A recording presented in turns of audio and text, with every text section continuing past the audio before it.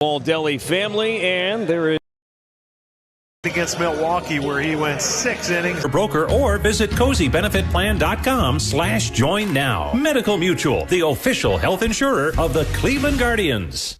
Hi, it's Bill Wills. Tomorrow morning at 8:45, we'll catch up with Jim Rosenhaus, talk Guardians, WTAM 1100.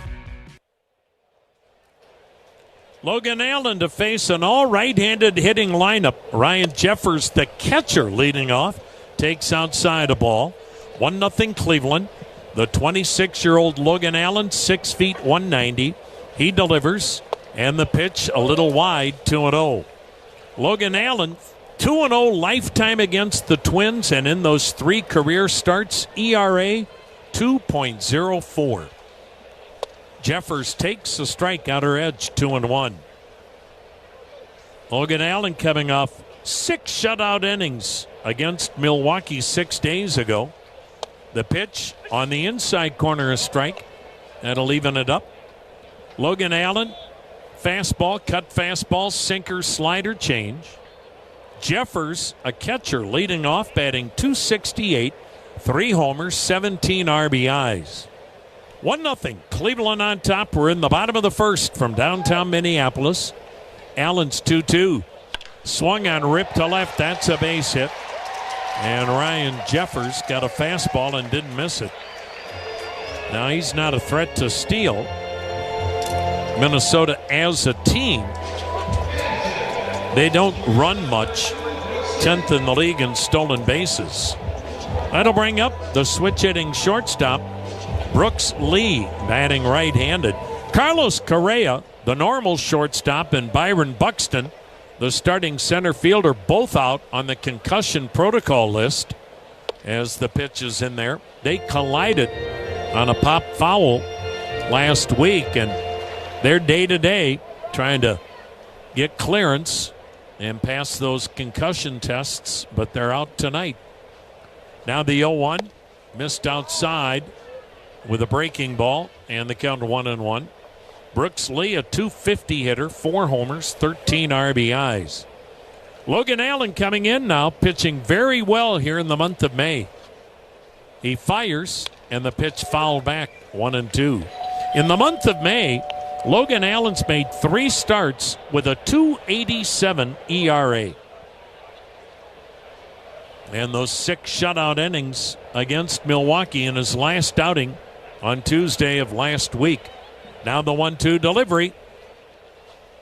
Lee takes a backdoor breaking ball outside, 2-2. Logan Allen on the year, 2-2, ERA 3.70, 9th start, no complete games, 5 innings to start, 7 strikeouts, 4 walks per 9. The pitch, backdoor to man, it dropped low with that breaking ball, full count. And the key for Logan Allen, he has got to pitch ahead in the count. And lately, for the Cleveland rotation, as good as they've been, they're not getting much beyond 5 innings. So many deep counts, early innings. Payoff pitch, got him swinging at the breaking ball. Kept it away, and Brooks Lee strikes out for the out. First out in the inning. And here's Royce Lewis. When we saw the Twins in April, he was still on the injured list with that hamstring injury. And he did not make his initial debut until May 5th. So he missed all of March and April. Right-handed hitter, DHing. The pitch to him, backdoor breaking ball, is wide. Stephen Kwan's in left, Nolan Jones in center, Will Brennan in right, Carlos Santana at first, Angel Martinez at second, Gabriel Arias at short, Jose Ramirez at third, Bo Naylor catching. The pitch, and it's nicking the outside corner. And boy, he is really working that outside corner to these right-handed batters. And again, both ball clubs loading up the lineup tonight. Here's the pitch. Outside. That looked like a changeup, and the count 2-1. So Cleveland, all left-handed hitters except Gabriel Arias against a right-hander. Minnesota, all right-handed hitters against the southpaw. Now the pitch to Lewis, and it drops low, missed with the breaking ball. And again, behind in the count is Logan Allen, 3-1. For Royce Lewis, one of the great talents in the game, but he's had a tough time staying healthy. He'll turn 26 in June. The pitch to him, and it's inside. He walked him. So Logan Allen pitching a lot from behind here in inning number 1. And the Twins now with men at first and second base with 1 out. No score here in inning number 1. And the batter is going to be Ty France, right-handed hitter at first. Well, some light rain starting to fall here in downtown Minneapolis. And the pitch on the outside corner, a strike. The problem is, once it starts, it may never end. And when I say never, I mean until we leave town. The set, the look back, and the pitch to France, down and in. Ball 1-1 the count. Twins winning 13 straight games. 6 of those came against the Baltimore Orioles, and in essence, that ended the managerial career of Brandon Hyde in Baltimore. Twins had a lot to do with that. Now the 1-1, swung on line to right, down the line, foul. 1-0 Cleveland, runners first and second, 1 out. Twins batting in the first, and a 1-2 count on France, batting .253, 3 homers, 23 RBIs. Well, you look at what the Twins Get out over the plate. Well, that's good feed. He can drive the ball that way. Occasionally, during batting practice, he drives that ball the other way, too. His final round, he likes to put some balls in the seats in left field. The 1-2 bounces, it's 2-2, and that's what we saw a little bit on this road trip. Because he's been so good the other way, teams have started to try to come in on him. Mm-hmm. And when they do, he either gets hit, he gets hit a ton because he's right up on the plate, or he's able to turn on that ball and lash it to left field. Jeffers the tying run at second. Lewis the trail runner. We're in the bottom of the first. 1-0 Cleveland. The pitch is a bounding ball back up the middle, and that's going to squeak through for a base hit. Here comes Ryan Jeffers. Jeffers will score without a throw. Another RBI for Ty France. A C&I ground ball back up the middle, and it's 1-1 at Target Field. Well, right up the middle, just a little 5-hopper. Had good topspin on it, so when it hit that infield dirt, it picked up speed. Yeah, hit the ball hard, and he hit it down into the dirt, and it spun right through. And no chance for Arias or Martinez to get to that one. The Twins have equalized, and they're looking for more. The first lefty to bat is Trevor Larnach, pulls one to second base. Picked up there by Martinez, goes to second for one. The relay to first is in time, and that is a double play. So a first pitch double play off the bat of Larnach ends the threat, but the Twins equalize. It's 1-1 after one on your home for Twins baseball.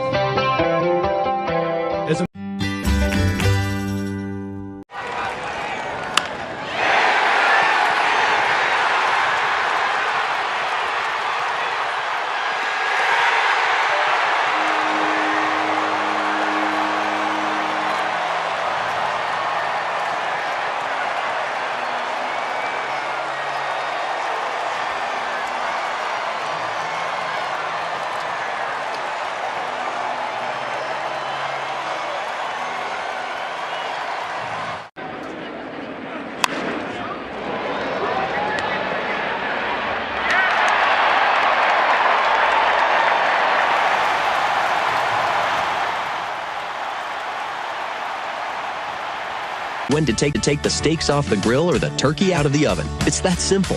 Order one now on chefiq.com. That's chefiq.com. Chris Danny and Gino upstairs. John Vitas downstairs, welcoming you to Target Field. 1-1 after one. And Nolan Jones leads off the second by watching a first pitch strike from Bailey Ober. 0-1 to Jones. Big left-handed batter, hitting just .200 against right-handed pitching this year. Upright in the box, and he swings and pops one straight up into the windy night sky. Middle of the diamond for Lee. Bride watching him, Castro watching him. That ball was in the air forever. And Brooks hangs with it and makes the catch on a high stovepipe pop-up above the pitcher's mound. What do you want to guess? How long do you think that thing was in the air? I don't care. 7.5 1.2 seconds of hang time. Put him on a football field. That might mean something, right? Gabriel For a punt? Arias. For a punt, it'd be great. Get Yeah. down there and smack a guy. As it's swing and miss by Arias. It's 0-1. The old punter used to wear the watch. Was that Reggie Roby? Used to wear the watch With on the his Dolphins. Yeah, with the my guy Dolphins. was Ray Guy. Oh, the best of all time. Yeah. Best punter ever. It's a pitch up and in, 1-1. Ray Guy with the Raiders. Mm-hmm. 1 ball and 1 strike. And the pitch inside for a ball and the count 2-1. I can't imagine you running around with a Ray Guy jersey on those. No. I see you as a Fred Bolitnikoff type. Yeah, I patterned my eye black after him. 2-1 pitch. Check swing, didn't go. And it's 3-1. Or maybe Lester Hayes with the stickum. He was good. Freddie had to stick him, too. Freddie was an all-timer. 3-1. Popped up again. See how long this one's in the air. The answer to that is I don't care. Bride is under it. It drifts into fair territory, and Jonah makes the catch. 2 outs, and Bo Naylor will bat.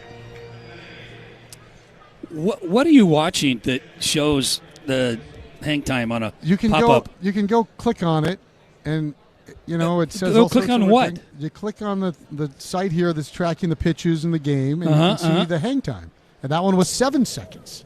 There's a strike called. It's 0-1, and it just was in the air a long time. I wish Linda was here because then she would be able. I could see her scribbling a note down. The 0-1 on the pop-ups now. 0-1's in for a strike, 0-2. So now we're going to track all the pop-ups and the hang time on them. The hang time is important only if it allows a runner, or a fielder, to get underneath it. If it's in the air a long time, as pitch wide 1 and 2. For years, we've used the phrase big league pop-up, right? Like that was a big league pop-up. Now we can put a number on a big league pop-up. Anything over 7 is a huge, huge hang time. There's a called strike 3, and not a hang time, but more like a hang with him for Bo Naylor. He strikes out looking at a breaking ball from Bailey Ober at a 1-2-3 second that took just a shade over 7 seconds for Bailey Ober to finish. 1-1 our score.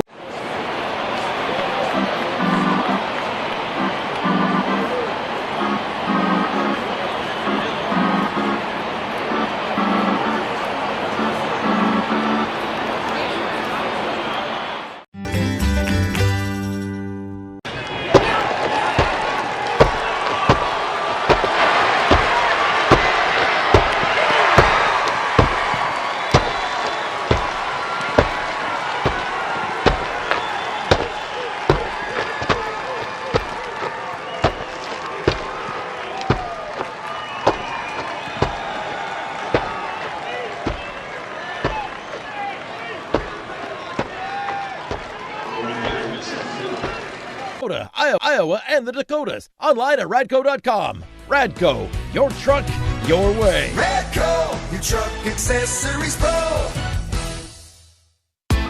You're listening to the Treasure Island Baseball Network. Jonah Bride leads off. He takes a first pitch for a ball, and then he watches ball 2. Jonah Bride has proven to be a very tough at bat. He will grind it out and force you into the zone as he watches a strike outside corner from Logan Allen, 2-1. And if you joined us for Inside Twins on Sunday, you heard Matt Borgschulte, our guest with Corey Provis, Twins hitting coach. And Bride was one of the topics as he takes in. It's 3 balls and a strike. And he talked about the changes they made and working with Jonah when he got here after a slow start in Miami. This guy put up some numbers last year for the Marlins, and the Twins are tapping into that as he takes a strike and the count full now, 3-2. Sinkers, 4-seamers, and that one cutter there in the outside corner. So we heard all about the sweeper that he throws, and he's not thrown a ton here to Jonah Bride. And you heard about a lot of first pitch strikes. That hasn't necessarily been true either, as this ball looped into shallow center field. Martinez going out. It'll drop behind him. A little parachute base hit for Jonah Bride to center field. Twins will take it. Their third hit off Allen, who does a good job of limiting that hard contact, but as Danny likes to say, you want to hit it 71 off the bat. Just a little parachute into no man's land. That's all that land. was right there. Yeah. And I went back and looked up Trevor Larnach's exit velocity. 105. 105. Double it play. Turned into 2 outs. Yep, but still, you want to square it up. You want to hit the ball hard. Well, that's what this guy More does. often than not. Carson McCusker. And he takes a first pitch strike, 0-1. Big numbers at AAA. Great story. We've seen him the last couple of years in spring training a bunch. And we love him because he's easy to find when he comes in the middle of the game. He takes wide for a ball 1-1. And he has had a great start to the year in St. Paul. Does have a high swing and miss percentage. Big guy, big swing. You're going to have a hole in there somewhere. And he swings and misses, loses the bat, and the bat ends up in left field. The bat ended up over the head of Arias. Ramirez at third made a play for it. And the man known as McCrusher just helicoptered his bat into left field after swinging through a changeup. Well, there's been a little bit of mist here, but I'm not sure if that had anything to do with it. But let's hope that's not his highlight here. Wait. There's getting fooled on a changeup, and then there's getting fooled on a changeup. And that was a strike, and now he's going back for the stick-em. I think everybody's in favor of more of that. I liked Ramirez, Danny. He was pretending he was going to catch it.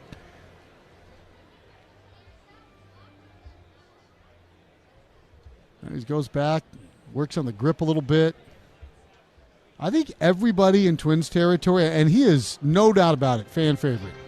All across Twins territory, more fans than ever before are paying close attention to the minor leagues and minor leaguers, and they love seeing what McCusker has been able to do. I mean, he's so big, so strong. I think we all want to see him get a hold of one, except for the Cleveland folks. Here's the 1-2, swung on and foul tipped. And it stays at 1-2. And for all the joking we do, and we track everything, right? How hard you swing, how hard you hit it. How high you hit it. How long it's in the air. He swung yesterday, and it got Perk's attention. His one contact he made, he swung 82 miles per hour, which is an incredible speed. And the exit velocity was 54. A little tapper back to the mound. Step over to first, and Jonah Bride gets back. I'm going to chew on that one for a little while. I mean, high swing rate. Swing hard, and nubbed at 57. Nubbed it, yeah. Hit it off the end of the bat. The 1-2. Backdoor called strike 3. Down goes McCusker on strikes, caught looking at a pitch on the outside corner. It's the second strikeout for Logan Allen, and Harrison Bader will be the batter. Harrison Bader enjoys hitting against the Cleveland Guardians. He's faced them 16 times, and he's over 300 against Guardians pitching. He's also 0 for his last 9. 0 for 8 since coming back off that little issue with the groin. Takes the first pitch strike and the count 0-1. Good to see Bader back in center field. But with the Twins falling like dominoes over the course of that road trip, you know, the guys who normally are set to be the second wave of defense weren't even available. As a pitch low, 1-1. When Buck goes out, generally Bader plays center. Well, he was out too. When Carlos goes out, you use Willie Castro somewhere. Well, he was out too. Castro back tonight. In fact, he's on deck, and Bader back in center field. 1-1 our score. And the pitch. Swung on and pulled sharply foul. That's over the Dogs. And down into the Dogs, and woof! Souvenir foul ball. Out into the Bark in the Park section. I think one of the humans out there reached up to make a catch. And I am very impressed that the Dogs weren't all chasing after that ball. The 1-2 swung on and fouled off to our right. Doesn't quite make our level. It stays 1-2. Hey, nothing beats Saturdays in the 612. Gather your family or friends for the hottest deals of the summer. $6 drinks, $1 snacks, $2 food. Get your tickets now at twins.com/tickets and enjoy a 612 Saturday all summer long. Another throw over, and Bride steps back. It was misting there briefly between innings. It's still a very light mist here, but certainly playable. Now, that is both throws that Allen is allowed to first base. We'll see if Bride takes any liberties. Pitch on the way, and Bader pushes another one foul down the right field line. Yeah, I think they'll play through this, but they had mentioned lightning earlier, and anytime that might pop up here, they're going to get some people tucked underneath. Roll of thunder in the background. The only lightning I want to see is those little lightning bolts on Harrison Bader's batting gloves. Reaches out, taps one on a hop towards second. Martinez back to second base for the force out, and that's all they'll get. Arias came across the bag and took the feed, but no chance to get Bader speeding down the line. So Bryde is forced out. Bader replaces him at first base, so the Twins upgrade in the speed department, and now Willie Castro here in a 1-1 tie with 2 outs in the second. Before he bats, 10 seconds for station ID on your home for Twins baseball. AM 830 and 102.9 FM HD2 Minneapolis, St. Paul. The voice of Minnesota and the home of Twins baseball. News Talk 830 WCCO. First pitch to Willie is off the plate away. That was a fastball that missed. And the count is 1 ball and no strikes. Everything away to the right-handers, first time through the order for Logan Allen. He's given up 1 run on 3 hits. And he looks for that outside corner again, but missed with the heater, and the count 2-0. Willie gets right up on the plate, so that outside corner, he has the ability to go out and get that ball. Bader dancing around at first. The pitch is in, down and in. It's 3-0. Is that the first pitch we've seen in off the plate for sure? Well, yeah, in off the plate for sure. But like you said, when you get on top of the plate, you invite that pitcher to throw the ball inside. 3-0 is taken for a strike, outside corner. Willie didn't like that. You got right up on the plate, didn't you? Yeah, I moved around in the batter's box. There were certain guys, yes, I like to crowd the plate. There's certain guys I like to move off the plate. Certain guys I like to move deep into the box. A look to Bader and a throw. Now, when you got up on the plate, were you hoping that the guy tried to come in on you? Well, so you could it was somebody that kind of lived off, away. So if you get on top of the plate, now I'm taking that pitch away. Now it's more middle for me. Yeah. I don't have to worry about the pitch away. Thunder still in the background. Bottom of the second, pitch delivered, lined into right center field for Willie Castro. Bader can run for days. That one's going to roll all the way to the wall. Harrison Bader takes the turn at third. He's coming home. Harrison Bader scores. It's 2-1 Twins on the 100th double of Willie Castro's career. Twins grab the lead with their 4th hit of the day and a memorable 2-base hit for Willie Castro. Baseball loves its round numbers, and that's double number 100 in Willie's fine career, a career that started in the Cleveland Guardians organization. And with that, the teams are going to be pulled off the field. Lightning in the area, and the teams are going to be pulled off the field. So mark your watch. It's 7:13 here. And the bet that these clubs made and that the grounds crew made was that they could get through whatever this next little run is of bad weather without inhibiting the ability of Ober and Allen to continue pitching in this game. That is what they're looking for. Stephen Vogt is out to try to get the opinion of Bruce Dreckman. 7:13 started on the grounds crew here. They're not even a minute into it. They're so good. And this grounds crew is, again, working in amazing fashion. You've got the crew pushing the culvert, the guy on the 3-wheel.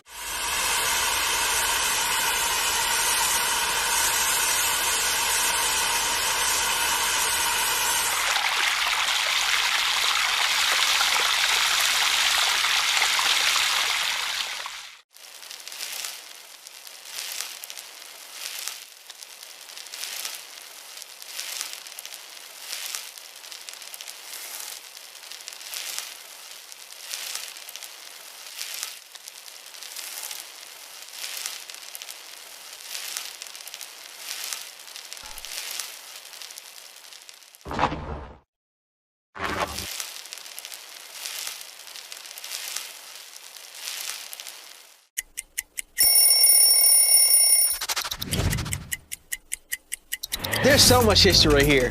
And when I put it on and it's so light, it just feels just right. It feels just right. I mean, look at this. It got the city on it. When I was 7 years old, my uncle takes me where? To Shea Stadium. Darryl Strawberry hits a home run and I become a fan for life.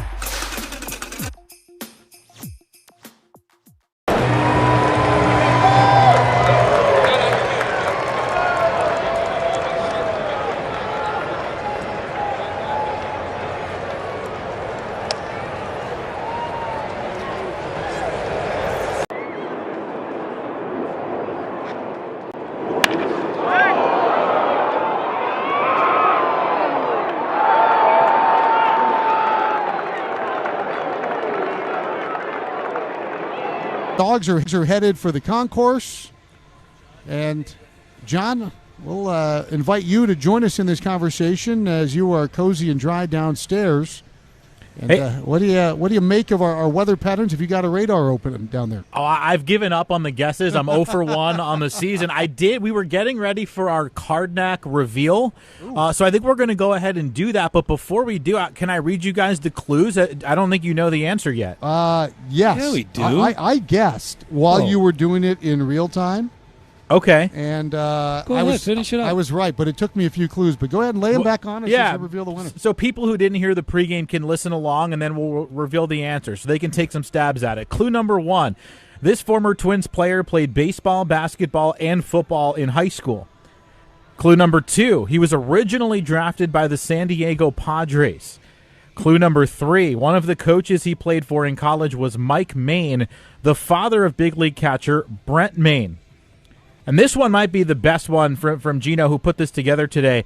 He was inducted into the same Hall of Fame as Mike Tyson, Greg Maddux, and Andre Agassi. So if you can figure out the common thread That's the with one I that got, group. John. That's the one where I got it. Perfect. I want you to know that was the first one where I was on it. The 5th clue we've got is that in 1995, he homered in 5 straight games. We're going to play that highlight for you here momentarily with the player's name in the clip. And then last but not least, the 6th and final clue on the back of his 1997 baseball card, it reads, "No sophomore jinx here." So if you're at home, feel free to take a stab at it. We are going to reveal our winner here momentarily. But first, here is the highlight of this player from 1995.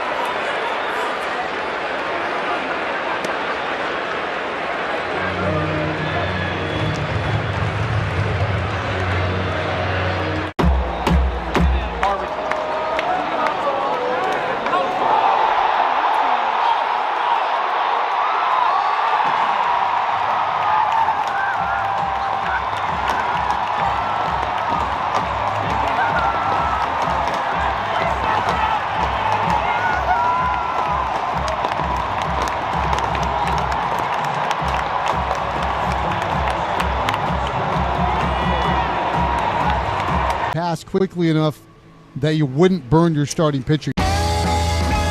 Gosh, we've gone to Sea Dogs games since we were kids. I've been coming to see the Sea Dogs for the last 30 years. Great experience.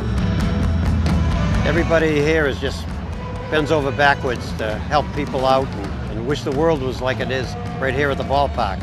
We've always wanted to be more than just a baseball team. We want to be strong, active, contributing members of the community. And I think that effort is seen by the people and the fans, and they want to support that effort.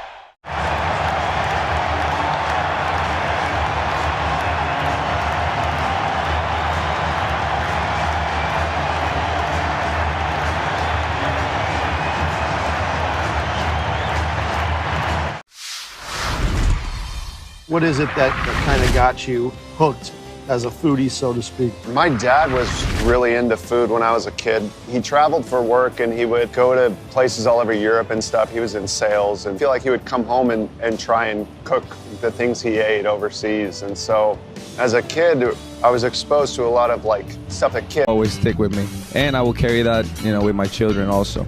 If you could go back in time for an at-bat against one player in baseball history, who would it be? I think I would love to face one of my favorite pitchers of all time, Pedro Martinez. He looked like he was unhittable, and I would have loved to see what that felt like. What's your favorite clubhouse meal? My favorite clubhouse meal, I'm Puerto Rican, man, so I'm simple. Rice, beans, chicken, avocado on the side. That makes a man happy. Thank you, guys. This was Carlos Correa. See you at Target Field. This player profile was presented by Renters Warehouse. Center fielder, Byron Buxton here. It's time for the Sheboygan Sizzle. You heard him, folks. Sheboygan Sausage Company brings the sizzle to game days. Sausages, bratwurst, and hot dogs, fresh and hot off the grill. Your taste buds are in for a treat. Don't miss out on the Sheboygan Sizzle. It's not just a snack, it's an unforgettable experience that'll keep Sheboygan on your mind. Find Sheboygan sausages, bratwurst, and hot dogs at Cub. I got Sheboygan on my mind. Sheboygan. Twins fans looking for a player that always hits for the cycle? That's Chevy Silverado. From strength and dependability to capability and advanced tech, this truck steps up to the plate and crushes big league challenges every day. Plus, with roll-formed high-strength steel and impressive cargo volume, you also get the hardest-working bed in the business. Your select Heartland Chevy dealers, proud sponsors of Minnesota Twins baseball. For current offers and to find a dealer near you, visit ChevyDealOnline.com. Help animals in your community with Menards Pet Supply Drive. Simply head to Menards, purchase anything pets need and love, then place them in the donation box by our exit doors. All donations will be given to a local animal organization representing your community. Head to Menards to help your local animal organization today. See store for details. Save big money at Menards. You're listening to the Treasure Island Baseball Network. Hey, John Vitas live back with you inside our network studios here off of the Champions Club at Target Field. We are watching the rain fall here in downtown Minneapolis. It does look like it's let up a little bit since when they pulled the tarp about 10 minutes ago. We are in the bottom of the second inning with the Twins leading 2-1. So as soon as we have an update for you in terms of a resumption, we will let you know. But in the meantime, we are going to play a couple of our behind the batting cage interviews, which are brought to you by Coordinated Business Systems. Now, on the pregame lineup card, we obviously have time constraints, so sometimes we have to cut those interviews down. So in a moment like this, we get a chance to play the full uncut version for you, and it's usually a really fun listen. So we are going to go back to just last week. This actually aired yesterday. Glenn Perkins interviewing longtime Twin Kyle Gibson, who is in his 13th Major League season this year. He spent his first 7 with the Twins, and Minnesota holds a really special place in his heart, and that was what he talked about yesterday with Glenn Perkins. I had to catch up with an old friend, and now a veteran, forever in my eyes a rookie, but definitely a veteran, been around the game a long time. Kyle Gibson is here with me. And Gibby, I want to start your Twins career. I know that there's still fans in Minnesota that remember the contributions that you gave to the organization, but I want to check back in. What's up with the Gibby family lately? Yeah, it's Perk. I get asked a lot about my favorite place to play, and this is my 5th team, and Minnesota always have a special place in our family's heart. 3 of our 4 kids were born there, and they're old now. Hayden's 11, Mills is 8, Rosalind's 5. Those are the 3 that were born there, and then our youngest is 2, Novely. And Elizabeth and I just loved our time in Minnesota. All the great people, all the great memories, and we miss it for sure. Hopefully at some point we'll be back, when I'm done playing, and we'll get a chance to visit the Twin Cities because that place is really special to us. Sports-wise, I know that we had dinner the other night, so I know that they're into, would you call it ATV racing? Tell me more about how they got into this, because it's super fascinating. Most kids, they're going to play baseball because their dad played baseball. You have a daughter, they're going to play softball. Your kids are into, racing ATVs. Oh, yeah. So my father-in-law was on a pit crew of a NASCAR race team when he was younger. So both my brother-in-laws do the UTV racing. So it's a Polaris Razor, a 1,000 or above, and they basically reinforce the roll cage, and they go race, all-terrain, long races. And they told Hayden, our oldest, like 3 years ago, they said, Hayden, every time we race, they have a kids race. And obviously her eyes lit up and she's like, oh my gosh, I want to do that. So before long, we were buying a race car. I was in San Diego. I drove an hour to see this car when I was with the Rangers. And picked it up in the back of a pickup, and that's how we got our first race car for Hayden. Somebody drove it across the country to get it back to Missouri, and before long, Hayden was running 5 or 6 races a summer. And then when Mills got to be old enough, he wanted to do it because his sister was doing it. So now both of them. This summer, I think the goal is like 7 to 10 races, somewhere around there. They'll travel whenever their uncles go, and Elizabeth will go, and they both have these 170cc Polaris Razors that have reinforced roll cages, 5-point harnesses. They're tied in, they're good, and they go out there and rip around a track for 20 or 30 minutes and have some fun. Is this going to be something when you have more free time that you're going to find yourself behind the wheel of a UTV? Behind the wheel, no. I need to learn how to work on them first. I don't have much wrenching skills. My father-in-law and brother-in-law do all the wrenching, which I'm trying to learn.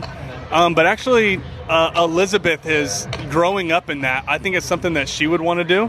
So my goal and my idea would be maybe have a setup where every driver in the longer races has a co-driver. So I would probably like to be like the navigator co-driver. Like sitting in the seat, in the passenger seat. Yeah, so when you go on long races, you'll have checkpoints along the way that you have to hit or you get penalized. So the co-driver is basically sitting there with an iPad that has their GPS, and the co-driver is responsible for saying, hey, turn right X number of degrees. We got to stay on path. So I could see myself wanting to do that and telling Elizabeth, who is way more aggressive on the driving side and just goes for it, right? I'm kind of like, all right, I don't want to wreck this thing. Let's make sure we don't hit this tree. She doesn't care. Like, she just goes and rips. So I could see that being some fun and giving her the ability to just go do something like that, because it's kind of just in their genes, right? I mentioned her father, like, they've all just either driven monster trucks like her brother or driven these race cars. So I could be a good co-driver and kind of navigate a little bit. Yeah, I know you have some land at your house in Missouri. Do you guys have a track there? So my brother-in-law's used some earth movers and drained a pond to create a bowl turn, built up a tabletop to make a couple jumps. And I'd say we have about a 5-turn, almost like a wishbone shape race course for the kids to drive on, and the big cars too. And they hit jumps? Yeah, oh yeah. These things, I would say when Mills's is tuned up, it gets to about 45 or so. So, yeah. Are they getting air? If the jump is cut right, yes. On most of the ones we have, they're just a couple feet off the ground. They don't. The tabletop we have, they're going uphill a long way to get to it, so they don't quite get the air. But if the big cars hit the tabletop at 60 miles an hour, they're probably going, I don't know, 40 to 50 feet before they land. My daughter plays hockey, and every time she goes against the boards, I kind of panic that she's going to get hurt against the boards. I can't imagine my kid hitting jumps. Are you nervous during these races? So I get more tense anxiety and the anxious butterflies before taking them out. So I don't know how it is for you, but whenever they go around a turn, they get on two wheels, my stomach just drops a little bit, and I feel like I'm always just kind of clenching fists a little bit. But you know what? So yes, during the races, and I think the only time I get that feeling when I watch them drive is if they roll it or if they get into each other with tires and stuff. But for the most part, I've watched them navigate certain turns and stuff. They're so good at handling the car that I don't get as worried until they get in a race. Do you feel like them getting the racing gene and maybe not the baseball gene, is that I felt when my kids were growing up, I actually didn't want them to play baseball because that was my life and I wanted them to have their own thing. Is this for you? You get to go home and it's not, Dad, let's go play catch. Dad, I want to play baseball. They want to get behind the wheel and drive. So. Yeah, so this year was the first time that Mills stayed with me for an extra week in spring training. So it was just me and him for a week, and it was awesome. I had to convince him to take 25 swings in the cage, right? When he gets to the game, he loves to play. He had a game last night. He loves everything about it.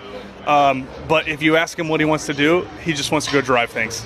And that's great. Hayden loves to take swings and be out here on the field, but volleyball's her thing. But she loves to go drive. So I think it's interesting for me because I don't know a lot about it, so I have to learn along with them, and I think that kind of helps me appreciate kind of what they're doing a little bit as well. As I can't just sit back and say, hey, you need to do this, you need to do that to be better at it. Like, I let other people do that, so it's kind of fun for her uncles too, because I think that gives them another way to get close to their niece and nephew, because they love wrenching on those kids' cars. There's a lot of parallels. I was not, even though I grew up in Minnesota, was not a hockey guy at all. And that's my father-in-law, so he does hockey with our daughter. So pretty fascinating. I'm going to get in trouble if I don't ask you about baseball.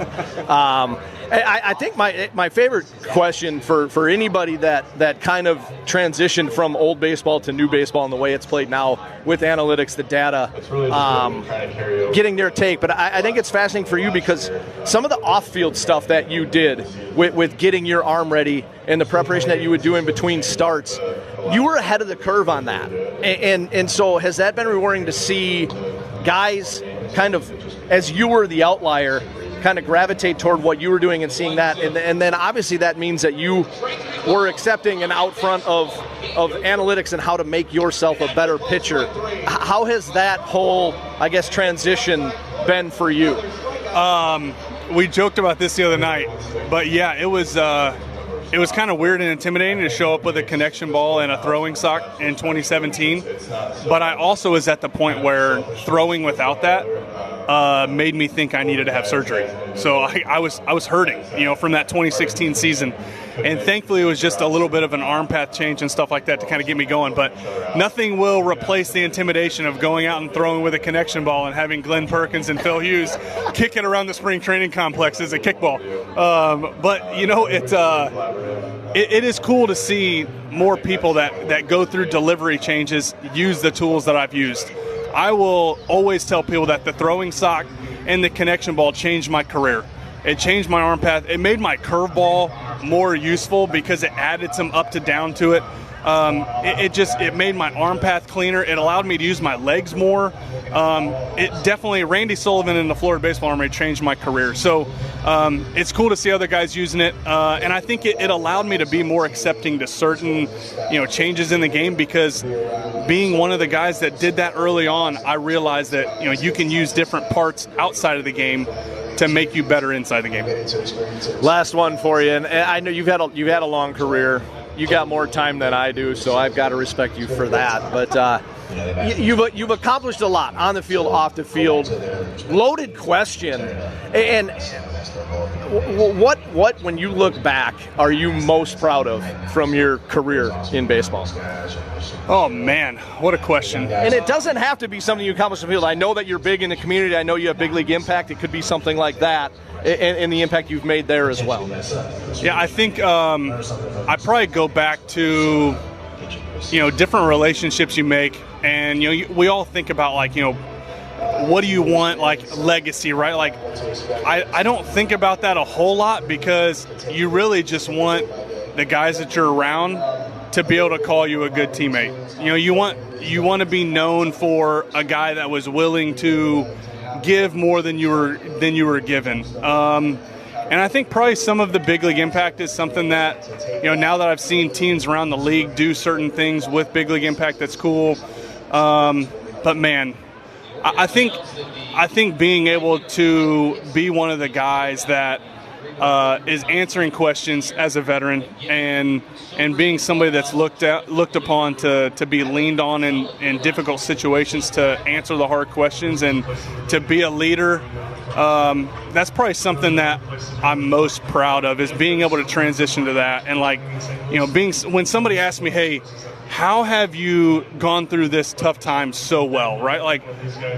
I don't know, that, to me, that's kind of cool to have those things recognized, and that I can be the same guy when it's going well and going bad. Because I've gone through 2017 when everybody asked me those first 9 starts, are you okay?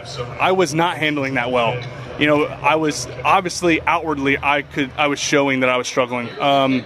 Being able to make that transition to being the same guy when it's going good and going bad, I think it's something I learned from guys like you and guys in Minnesota, and I've been able to take with me. So it is a loaded question, but I think being that kind of teammate that that is the same guy all the time is something that I've worked hard to be.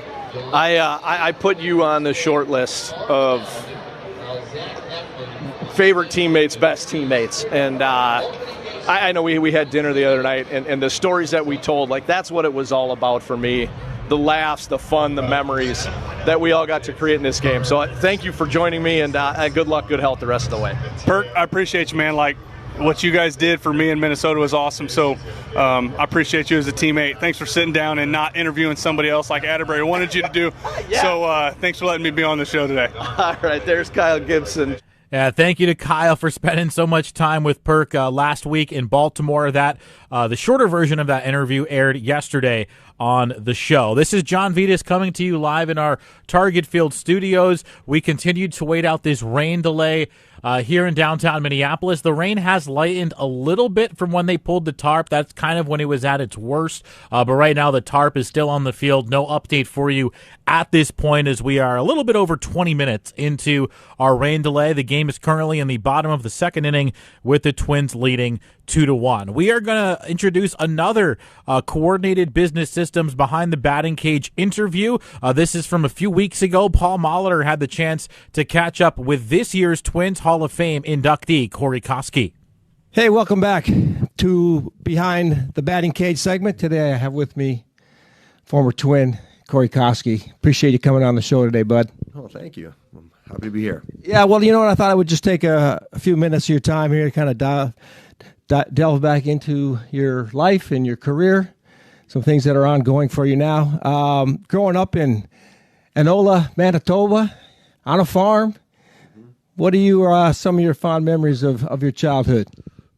Well, I've shared this before that, baseball wasn't a sport that I thought I would play. My best sport was volleyball. My favorite sport was hockey, and I played baseball just to kind of fill the time.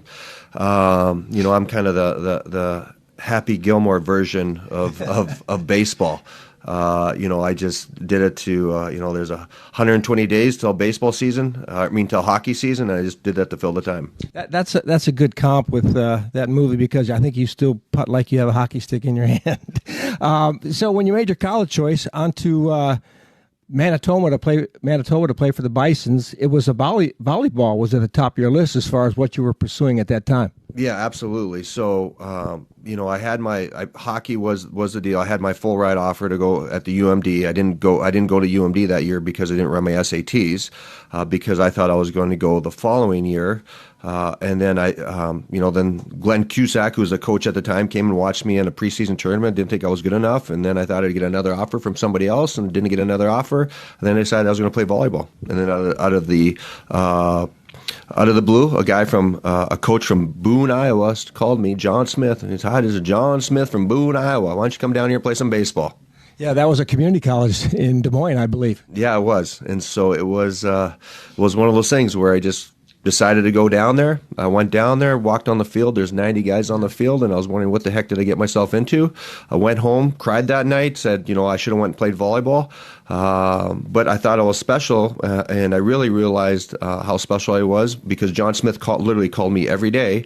And then I went down there, and that first day I found that he called everybody every day. Funny how things work out like that.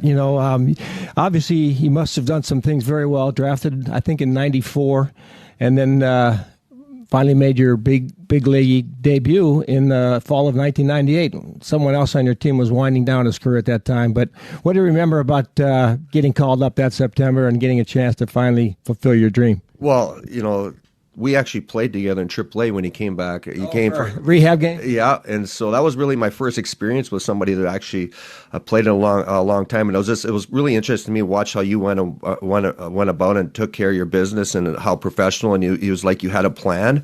And that's one of the things when I first got called up.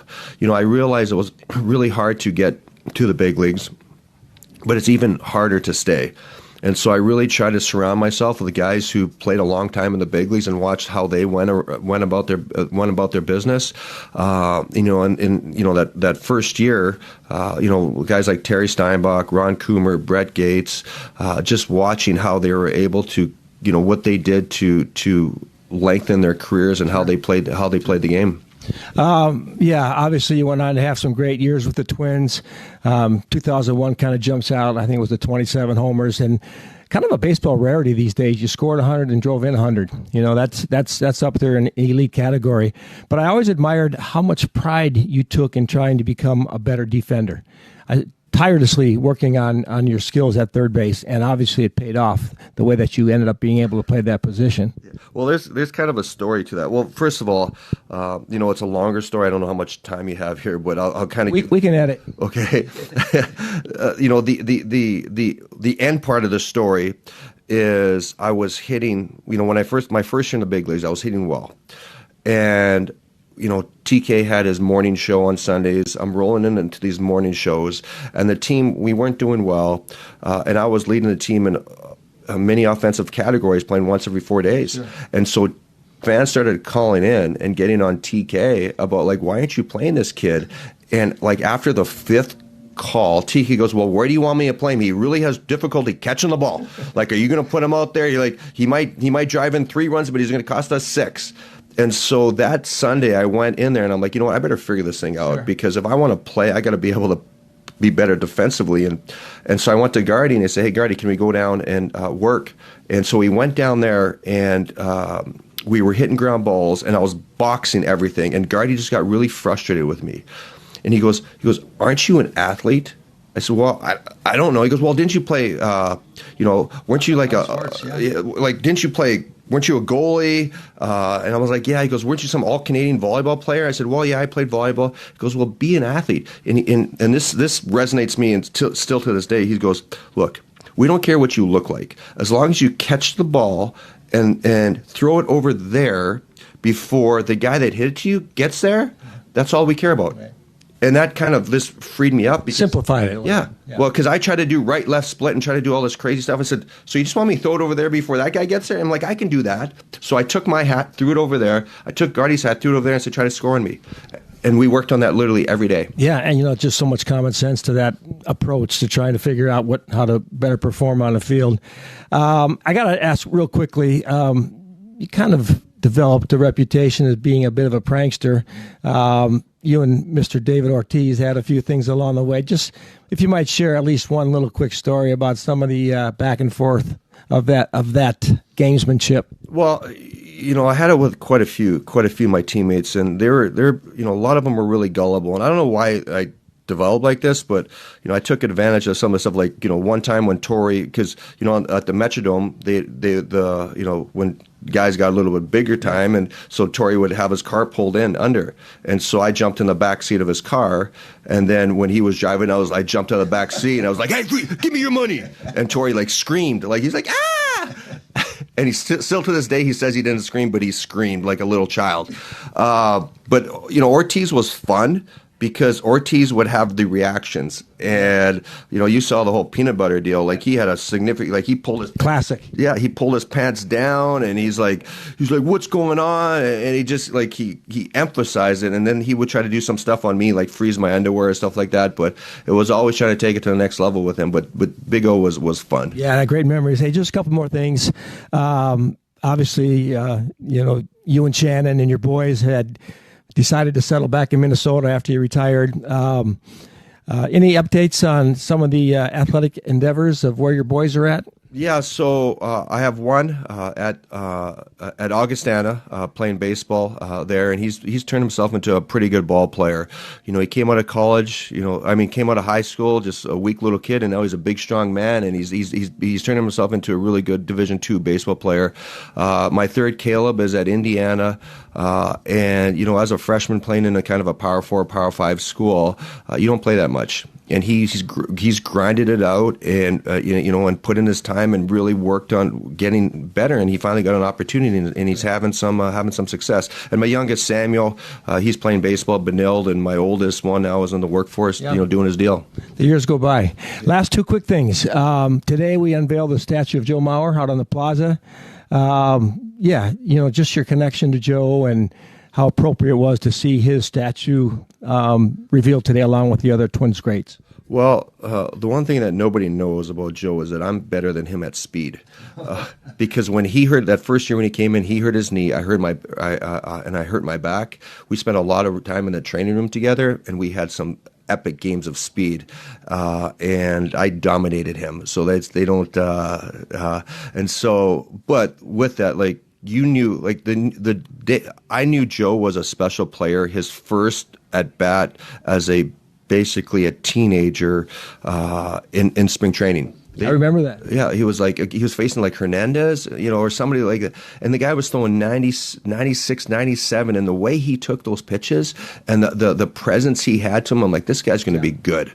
And so that was, so obviously he goes on to have a great career, but it was, he's just a special, special player. Yeah, my memory isn't great, but I remember a 2-strike knock to left field, something like that, right?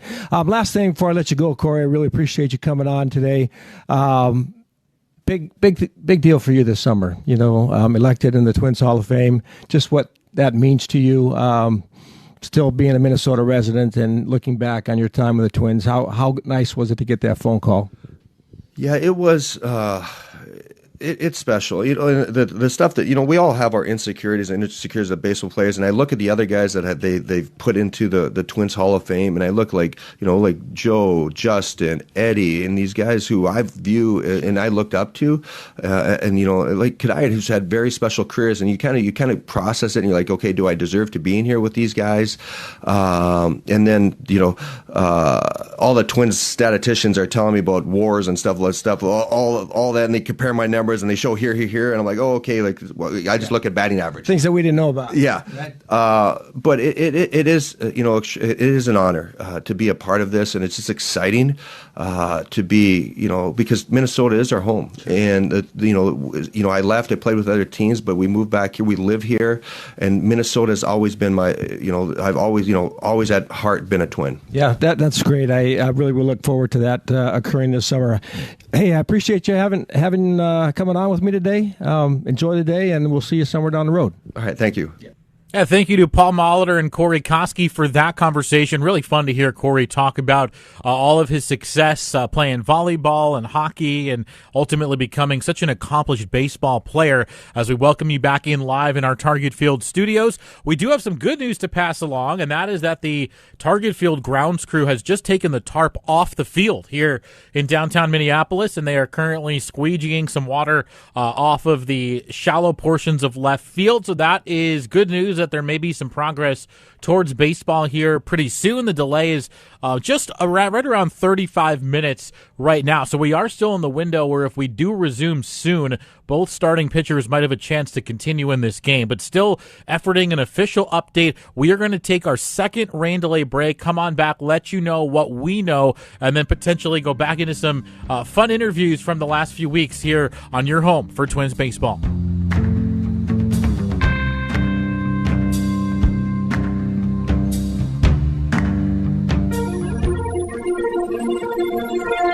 Let's step back in time with this date in Twins history, narrated by Dick Bramer. May 19th, 2004. The Twins found themselves down 5-2 in the ninth inning to the Blue Jays north of the border. Torrey Hunter, Michael Kadire, and Henry Blanco all singled in the inning, loading up the bases for pinch hitter Matthew LeCroy. Everybody in a base for the Twins, and a pitch to LeCroy, and here's a drive to deep center field. Wells chasing, he won't get it. It's gone! Yes! A grand slam home run for Matthew LeCroy, and the Twins have the lead at 6-5. It was the only slam in LeCroy's career, as Joe Nathan closed out the Twins' 6-5 win. The 2004 Twins would claim their third straight division title that year. To catch the next moment in Twins history, get your tickets at twins.com. Hey fans, it's former Twins shortstop Roy Smalley. I've got some exciting news about an event that's close to my heart. The 2026 Special Olympics USA Games are coming to Minnesota next summer. This is a big deal. It's going to be one of the country's largest sporting events of 2026. Let's make it an unforgettable experience for the 3,000 plus amazing athletes with intellectual disabilities. Get involved or make a donation today at 2026usagames.org. Baseball season is in full swing, and just as the Minnesota Twins count on a winning team, you can count on Uponor for plumbing that performs season after season. With reliable, resilient systems designed to last, Uponor is committed to sustainability, delivering efficient solutions for homes and businesses. The Twins trust Uponor, and so can you. Learn more at uponor.com. That's UPONOR.com. Play ball! Hey, Twins fans, baseball season is ice cream season, and Kemp's has a winning lineup for all your ice cream occasions. Try the new Kemp Switch Core's caramel, snickerdoodle, and chocolate fudge cookie sandwiches, loaded with creamy caramel and delicious fudge for happiness in every bite. Or try Kemp's Crafted Collection, extra rich and creamy flavors crafted for pure indulgence. Whatever you choose, you'll love the goodness of real dairy produced on family farms from cows raised right. So get in the game and enjoy your best ice cream season yet. Kemp's, it's the cows. You're listening to the Treasure Island Baseball Network. John Vitas bringing you back into our Target Field studios, or as we are in a rain delay in the bottom of the second inning with the Twins leading 2-1. We told you before the break that the tarp has come off the infield at Target Field. That remains the case. They have also removed the mound tarp, and the grounds crew continues to squeegee shallow left field, and they have made those puddles disappear. So that is all good news. We do not have an official update in terms of a potential time to resume this game. As we mentioned, we are still under an hour, so there's a chance that the starters could come back out, but this is probably the point where the wheels begin to turn for both managers, because Logan Allen would have to come in with 2 outs and a man at second base to face Ryan Jeffers when we eventually resume. But obviously it would take a little bit of time for the players to warm up, so we have a little bit of time to share another interview with you. We are going to go to our Behind the Batting Cage interview from Boston a few weeks ago. Paul Molitor had the chance to sit down with one of the Twins' fan favorites in that bullpen, Liam Hendriks. Here we are for today's version of Behind the Batting Cage, and I am very privileged to have with me Mr. Liam Hendriks, 3-time All-Star, spent some time with the Minnesota Twins, and probably the most important thing, a cancer survivor. So thanks for joining me today. I appreciate it, Molly. Thanks for having me. Yeah, do you know that you're only one of 38 Australians to be a big leaguer? I think about you growing up over there in Perth and some of the pulls of your country and the culture, certainly cricket, Australian rules football, and somehow you settled into the baseball routine. Yeah, I think I got lucky because I was a footballer growing up. Dad played football, Grandpa played football, and that was kind of where I thought I was headed. And baseball was an off-season gig for football. Was lucky enough to represent my country a couple of times in both baseball and football. And it turned out that when you're an 18-year-old given an opportunity to come over to America with a little bit of money, it's a hard opportunity to pass up. Yeah, I understand that for sure. I think 2007, when you finally were drafted by the Twins, and I think you pitched in the Gulf Coast League that year. But even after you turned professional, you still went back and played in the Australian Baseball League. And I'm not sure if Dave Nielsen was in charge of that league at that time, a former teammate of mine back in the Milwaukee days. But you did that for a couple off seasons as well. Yeah, so the ABL hadn't quite started running those couple of years, but I went back and played in my club ball stuff. So there was one year, my first year over in the States, it was 2007. I was a starter in the GCL. Had a pretty decent year, and then came back to Australia and decided to be the leadoff hitter in the 9-hole, the right fielder for my local club ball team. And the ABL started up a few years later, and that was the inaugural year of the recompense of it. And I started there. I got told by the Twins I had my appendix out that year, so I missed some time. That was 2010, and they had told me, hey, we're going to get 40 innings in. Well, me being the smart ass I was, decided to go and be like, if I've got 40 innings, there's 40 games. I can just relieve every game. Right. So got a couple saves that first series, and then got an angry call from, I think it was Leppel at the time, or Joe Leppel or Eric Rasmussen saying, hey, no, we want you to get innings as a starter in and then shut it down around Christmas.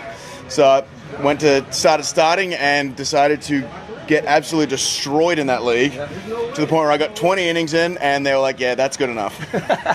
Well, you stayed with that starter thing for a while. You finally made your major league debut for the Twins in 2011, which is always a big deal, right? Your first one. But amidst that, when you were in the minor leagues, 2011 minor league pitcher of the year for the Twins, the same year Brian Dozier was the offensive player of the year. So what was that like making your debut after you're grinding your way to the top, persevering through back surgery and appendicitis and some of the other things that you had to deal with? Yeah, I got really lucky, to be honest. I came into 2011 and I was expected to start back in high A again after spending half a year there. And then we had a couple injuries to like some of the veteran guys in AAA and AA, so I got bumped up to AA. Had a really good start to the year. Was named the AA All-Star, and had another couple injuries and bumped up, and then a couple injuries on the big league club and got bumped up. And it was a cool day because it was myself, Chris Parmley, and Joe Benson all debuted in the same game. And I still remember this vividly. I was warming up in the bullpen, and it got announced in Minnesota that I was making my debut, and Jake Peavy was starting against me. Reached over the railing and just said, congratulations, go to work, good luck tonight. And then proceeded to bounce a couple sliders and scream at himself a little bit. So that was my first experience with a big league starting pitcher. Yeah, well, very memorable. There's a lot of things that go into that first appearance in the big leagues. Jake Peavy kind of adding to that memory for sure. Well, you grinded your way through starting for a while. I think you made the rotation coming out of spring training in 2012. But eventually you start getting bounced around a little bit from club to club. I think in Kansas City and Toronto a couple of times, Chicago. And I think 2015 were the overall conversion to reliever from the starter, and really when your career began to kind of take off. Yeah, so I was a Minnesota Twin for 11, 12, and 13. Had 2 relief appearances in 13 at the end of it. But both were I think I averaged 100 pitches out of the bullpen, so they were both really kind of starts. Got DFA'd at the end of that year when they signed Phil Hughes, and bounced around the waiver wire that offseason. So I ended up getting DFA'd 4 times, ended up sticking with the Blue Jays. Started the year in AAA, which was my first year not breaking with the big league club. And then had a good start, had a couple starts up that were good, one start up that was terrible in Cincinnati to the point where I didn't even get an at-bat when the pitches still hit. And then I got traded at the deadline to Kansas City for me and Eric Kratz for Danny Valencia. Danny Valencia. We remember that guy. Oh, yeah. And then started off in AAA with them. Was still starting at that point pretty good. Made a spot start, got called up. I did that against the Twins, actually. And then bounced around there. Got moved to the bullpen that year a little bit towards the end. And that was, I think, the real time where I started to enjoy it a little bit more. It's like I was lucky enough to be around guys like Greg Holland, Wade Davis, Kelvin Herrera, Scott Downs, Jason Frazier, guys that have been doing it a long time. And that was fantastic just for me. Because you always seem it's like a little bit of a demotion. And then when you get out there, you don't view it that way when you're actually out there. But 2015, out of options, and that's when the Jays gave me that opportunity. Yeah, well, Kansas City had that 3-headed monster that took them to a World Series championship for sure. You had a lot of still pitching, obviously, a lot of great years as closer. For me, 2021 kind of stands out. I think you were the Mariano Rivera American League Relief Pitcher of the Year. I think you closed out the All-Star game that year. Yep. So some really good times as you adjusted to that role. But you've been through some things. We turn the page to 2023, and you get the cancer diagnosis. Yep. Don't know what that's like. I've been around people, but to experience on a personal level had to have been a challenge. You met it head on, and thankfully things went well as you went through your process of chemotherapy, immunotherapy, and you made your way back. So what was that like? How'd you deal with the news? How'd you keep a positive attitude? Yeah, it wasn't the best news I had ever heard, but look, there's nothing you can do except attack it. And I got diagnosed in December of 22, announced it to the world in January of 23, and started chemo the next day. And went through that. Ended up doing 8 rounds of chemo, 4 rounds of immunotherapy over the course of 4 months. Never stopped throwing, never stopped working out, never stopped doing that. I got lucky that I had enough energy to do that. But we as of I think just over a week ago now, I'm 2 years in remission. Fantastic. So, thank you. Yeah, so that's all looking up right there, and it's just another way. All you do is get out there.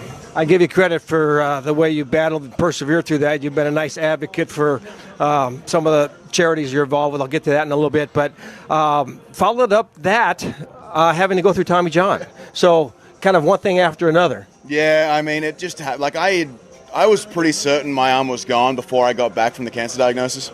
But there was no way in the world that I wasn't getting back. I wasn't proving that to myself that I could get back. So I ended up having 5 games up with the White Sox in 23, and then ended up just couldn't do it anymore. My velo started to dip. I was in constant pain. ended up having the surgery in August of 23 after trying a shot in the elbow just to see, because surgery is always the last-ditch option, but ended up having the surgery, and that's what brought me here to Boston with these guys, because their medical staff is insane out here. Well, you did have a chance to get some rehab work in last year. Didn't get to pitch in the major leagues, but the Red Sox had your back. Then you dealt with a little bit more elbow inflammation earlier on, but you made it back, and I'm just so impressed by that. I saw the other day when you made your first appearance of the 2025 season, they've had 681 days since you had pitched in the big leagues. So, you know, I don't know if you take a lot of pride in that, but certainly a level, it speaks to your perseverance. Yeah, I mean, it's not something I wanted, obviously, to be a lot quicker getting back. As you said, we had a little bit of a setback towards the very end of my rehab process in 24. And then this year had a bit of a compressed nerve coming on. It's what happens when the inside of your elbow has been loose for so long that now that that's tight, it's got, like, somewhere's got to give, and unfortunately it's the outside right now. But yeah, we're battling through that now, and it's getting better every single day. And I'm one of those guys that the more I pitch, the better I feel. Made me smile to see you on the mound last night, I have to say. Hey, last couple of things. I appreciate your time today. You've really taken the opportunity of the platform of being a major league player to give back. Just a few things that your wife, Christy, and yourself are involved with. Lymphoma Research Foundation, the Hendricks Heroes, the Big League Impact, Strikeout Poverty, Remember Me Thursday, which has to do with animal rights and animal safety, the New England Center for Veterans. Unbelievable how much you have made an impact and places that you've played. Yeah, well, I kind of had a lot of spare time the last couple of years. One way to look at it. Yeah. No, we've, like, my wife is actually on the board for the Lymphoma Research Foundation. That was one of the organizations that we had reached out to with doing some of the giveaway stuff while I was coming back. They gave a grant to my oncologist to get her into lymphoma, to specialize in lymphoma. So, like, it's a whole roundabout circle, and that's great. But yeah, we do a lot with animal rescue. We do a lot with veterans. We do a lot. We did Strikeout Poverty with Big League Impact and all those guys. But yeah, we started up Hendricks Heroes, and it's just our little philanthropic leg to give back. I do cancer visits every series, and make sure to give back anything I can, because, look, at the end of the day, I've realized that the more, especially cancer patients that have gone through it, the more you say cancer, the more you say the words chemotherapy and radiation and treatment and all the side effects and everything like this, the lighter it gets, the easier it is to come to terms with it. And so that's all I'm trying to do, is give any sort of insight to people either going through it or on the other side, because the one thing I found is survivorship's harder than it is going through treatment, because treatment you've got a plan. Survivorship, you're just there and you don't know really what to do. So trying to give any sort of guidance I can. Well, I'm just going to close by telling you, you're an easy guy to root for. Your life is a kind of a story of perseverance, been through a lot. You're an inspiration to a lot of people, and I wish you the best for you and the Red Sox here in 2025. Appreciate it, Molly. Thanks for having me on. My pleasure. Thank you. Yeah, great stuff there from Leon Hendricks. It was truly an inspiration on what he's been able to do over the last few years. This is John Vitas here in our Target Field studios. We have been watching the monitor Stephen Vogt and Rocco Baldelli walk in the outfield over the last few minutes. We are going to bring in Chris Atterbury from upstairs. Chris, it looks like Rocco just gave some sort of a hand signal to the dugout. What can you tell us? Yeah, it looks to me like we're going to play, and I'll tell you the biggest reason I say that is Will Brennan is now out on the left field line, and he's going through some sprints, and he's about to be joined by a couple of his teammates. So the Cleveland Guardians players are coming out to start to loosen up, and now I believe that's Cody Funderburk making his way out towards the bullpen for the Minnesota Twins, and that would make sense, right? Funderburk, Danny would probably be the logical guy to take over here, and he's the first guy out as he's heading out towards the bullpen with a couple of his bullpen mates. The equipment bags are coming. And conditions-wise, it's clear, it's pleasant. The winds have actually calmed down a little bit, and I will take this opportunity to do something we've done before, but we can't do often enough, to praise the grounds crew for the effort that they put in. Outstanding. And we get to see a lot of grounds crews at work, and they all work really hard. There is no better group than Larry's group here at Target Field. I'm not somebody that's kind of like to be a homer, but when you see something that's good, you got to talk about it, regardless of what side of the fence you're on. But they do a fantastic job, organized. Everybody looks like they have an assignment and fulfills it. And of course, hopefully we get this one underway. Watching the guys head out to the bullpen right now, most of the relievers out there for both Minnesota and Cleveland, it doesn't seem like there's an urgency to get out there, even though there's no rain right now. And we were discussing if you're going to time this, time it to where we're playing right now. Tarp comes off, field is raked, and it's ready to go. But we still got to wait.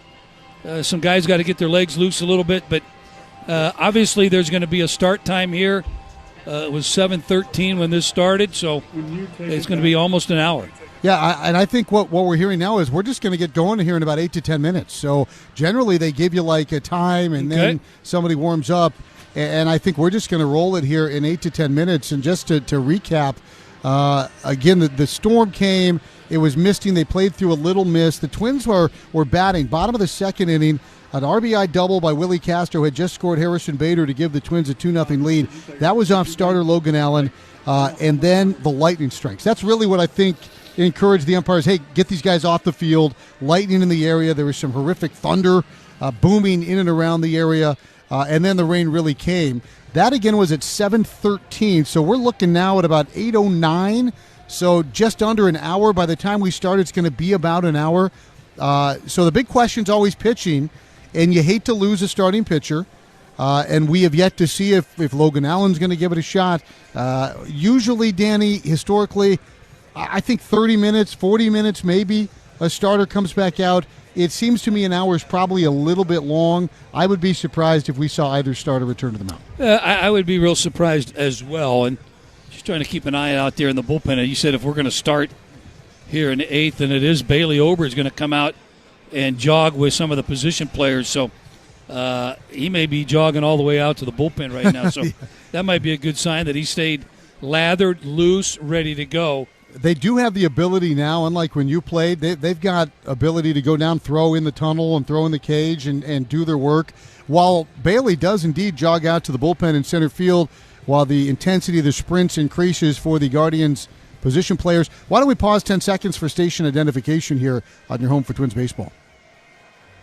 Hi, this is Chris Atterbury, and you're listening to Twins Baseball Simulcast on WCCO, KMNB HD2 Minneapolis, St. Paul, and KMNB FM and HD Minneapolis, St. Paul.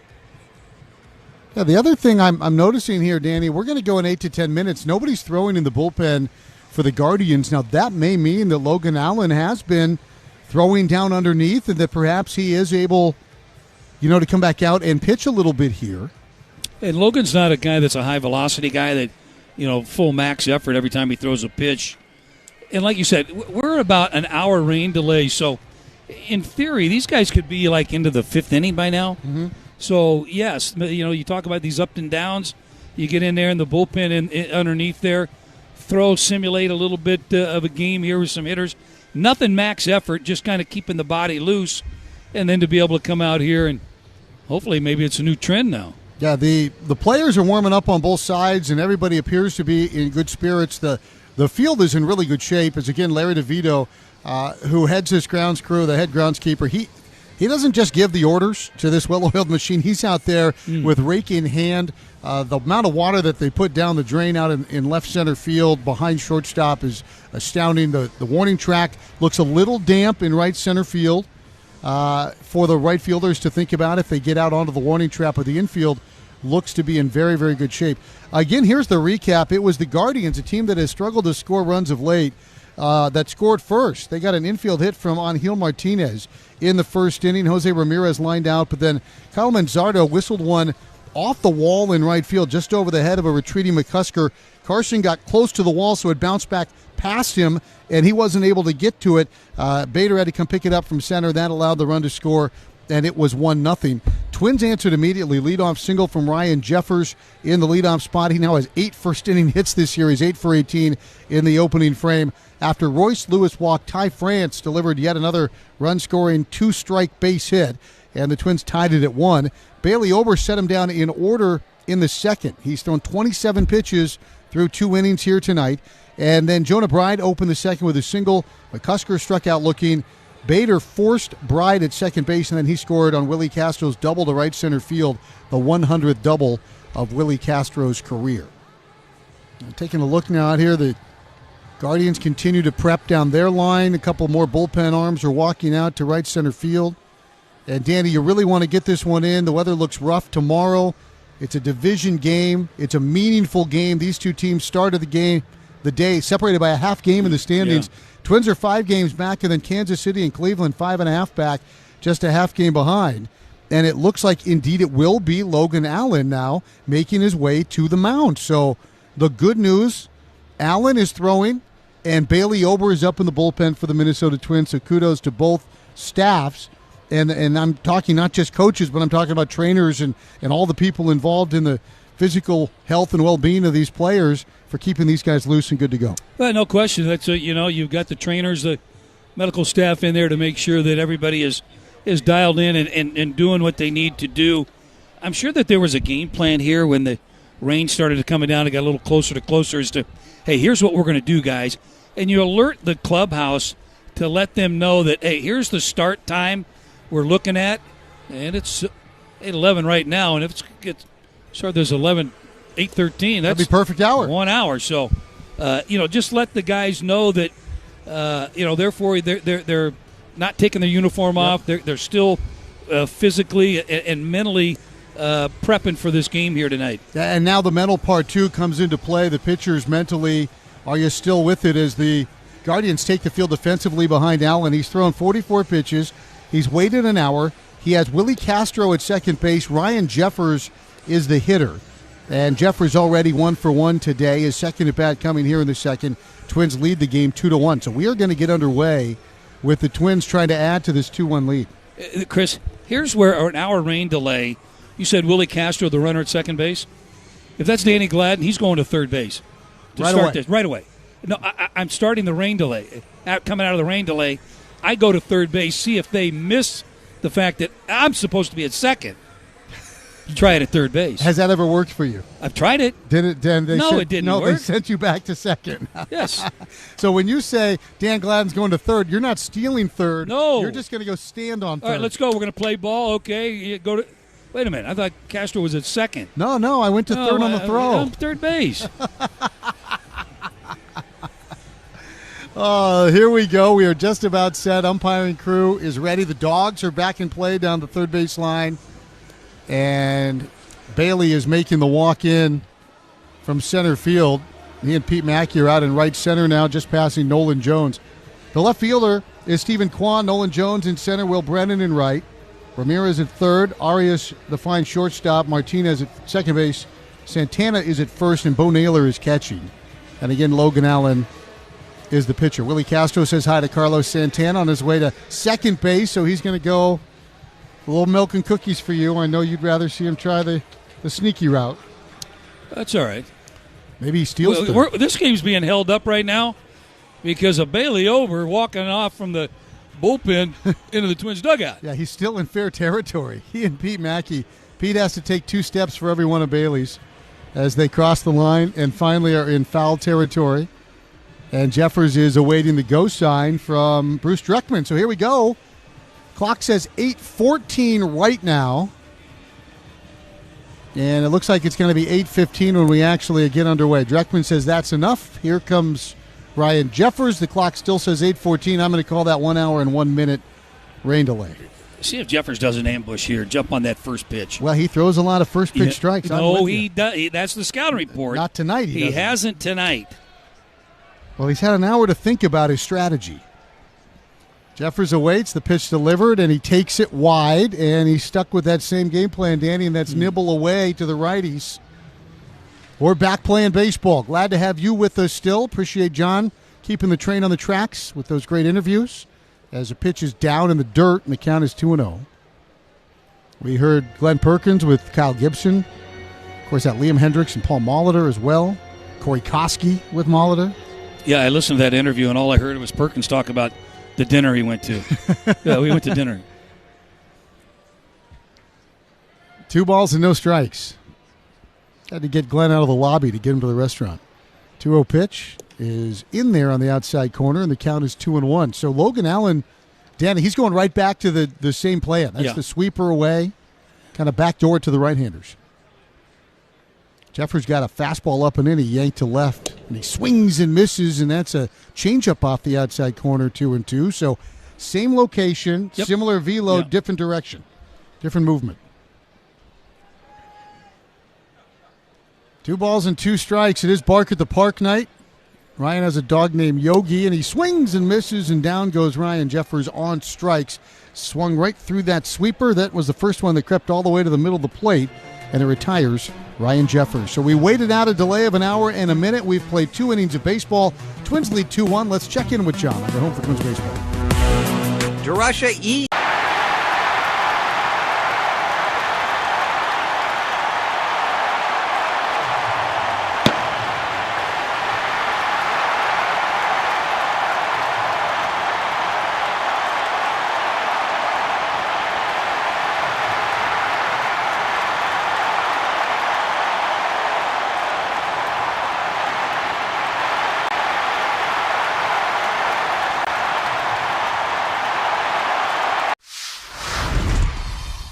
Play in Toronto. Guerrero sends over some good stuff for the guys, so when we play in Toronto, I definitely dive into that. You gotta be careful with Vladdy, bro, because a Dominican breakfast will put you to sleep, bro. ¿Cómo está sonando la comida dominicana ya? La comida dominicana ya no sé cómo está sonando, porque obviamente mi esposa me cocina. O sea, hay restaurantes, pero no voy a comer comida latina.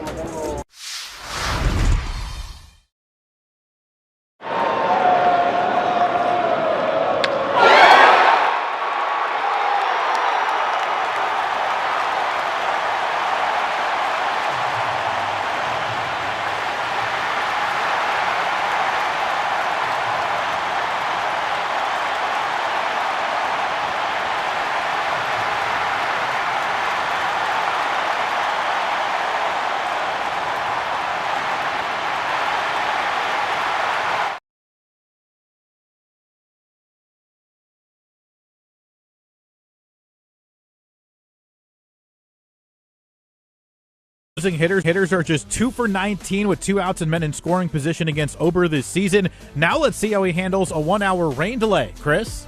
We will do that as we go to the top of the third. Remind everybody to elevate your gaming experience as a member of Treasure Island's Passport Club. Join for free and receive access to exclusive benefits, promotions, and more. Visit TICasino.com for details. Will Brennan leads off. Now, Will Brennan's numbers overall won't blow you away. In fact, Will Brennan doesn't have a hit this year. He's 0 for 9. But Will Brennan has turned Target Field into his personal romper room through the years. He takes a first pitch curveball for a strike, a big bender. Brennan in 12 games at Target Field is hitting .390 with an OPS of .901. Loves facing the Twins. Bats left-handed. Another breaking ball for a strike, and the count is 0-2. So we were looking at those first pitch strikes first time through the order, and Ober doing a nice job in that regard. 0-2 pitch, reached out, popped up. Shallow right. Here's McCusker underneath it. And the big 6'8" right fielder grabs it for the out, and there's one down. Stephen Kwan will be the batter. Remember earlier this year when the Tigers played the Rangers and the 2 young brothers were the third basemen? I mean, Jace and Josh. And they were playing tic-tac-toe in the dirt at third base. So when one of them played third, they'd put an X in one of the squares, and then he'd run in, and his brother would come out and put an O. As the pitch offered up, and Kwan takes it, breaking ball low. I wonder if Larnach and Kwan have something going on in left field. Old roommates, and they're both playing left field here tonight. There's a pitch taken for a strike. Would you ever leave any messages or splatter a bunch of sunflower seeds Never. or anything in the outfield? No, they were the opposing player, so... You didn't like that? No, I mean, if I want to talk to him, I'd talk to him after the game. The 1-1. Good pitch. There's a strike at the letters. It's 1-2 to Kwan. Kwan in a rare funk. 0 for his last 8, 1 for his last 12. Still hitting .311 on the year. Pitch delivered. Fouled straight back. Stays 1-2. 2-1 lead for Ober and the Twins. Ober struggled in Baltimore, game 1 of the doubleheader, just with strike throwing, which is so rare for him. He threw over 100 pitches in 4 2/3 innings. 1-2 pitch. Fouled away again. You know, I could say it's different for broadcasters. I have left things in booths for broadcasters when we would leave town, and I know that Ron Coomer, I had some thumbtacks that were taped underneath the desk. ripped his slacks up, and then, of course... 1-2 broken bat flare back to shortstop over the head of Lee, and that's a base hit. Well, I think he broke the handle of that bat, but Kwan snaps his 0 for 8, little soft contact base hit, and he's a threat to run at first base even on a muddy track. Yeah, that's kind of their game there a little bit. They don't have the big boppers, so they do manufacture, and one of the guys that can run a little bit is this guy, Kwan at first base. Yeah, when Coombe came into, it was San Diego, right? Yeah. And didn't you guys also order up food for him, like every inning? Yeah, my daughter was working for the Padres, Ashley, at the time, so they had brought food up every inning for Coomer. Angel Martinez swings and misses. Jeffers bluffs a throw to first. Nobody going anywhere. No balls, 1 strike. Had their mascot, the Friar, come up and... Love the Friar. Presented him, I think, with a couple pizzas. Coombe probably knew where to put him. The only thing he was missing was the beer and the bicycle. The 0-1. Fouled away down the third base line, and the count 0-2. Now, Bride, the third baseman, was in on the grass, off the line a bit, and he just looked, hoping that ball was going to be foul for Angel Martinez. It was, and the count now 0-2. And with the big bopper Ramirez in the on-deck circle, have to take care of business here with Martinez, who had the infield hit and scored in the first. Runner at first base. Ober holds and fires. And a good-looking pitch for a called strike 3. Right, Bruce Dreckman has that kind of cross-body punch when he rings you up. It takes a little while for him to get to it. But that was a good-looking pitch, and it froze Martinez. Third strikeout for Bailey Ober, and here's Jose. Yeah, Bailey Ober has been really good with his off-speed stuff here tonight. Change-up working, breaking ball right there working. Pitch on the way, and there's a breaking ball to the back foot for ball 1. And normally he lives and dies with that high fastball. Yes. So when he can get a time through the order without really having to lean on that, save that for later, that's something. And a lot of soft contact. They just they're not squaring it up well on him. 1 ball and no strikes to Jose, who popped to center in the first, and Ramirez takes a breaking ball strike, 1-1. Some of the company that Jose Ramirez is keeping on the all-time lists or on the active leader list is just remarkable. He swings and pops this one up. Left side of the diamond. Bride is under it. Lee's over by his side. It's going to be Jonah Bride. Makes the catch, and the inning is done. And Bailey Ober is through 3. So a 1-out single, but nothing more. We've played 2.5. Twins lead 2-1, and this is your home for Twins baseball. I believe this one's it's a rookie card, I know, but I feel like it's the first card that I ever, big league card. Obviously, as a kid, trying to get to the big leagues, the dream of making it, but as a kid that had cards, right, as a kid, this is like seeing your card the first time is pretty cool. So that's pretty powerful when you see that card.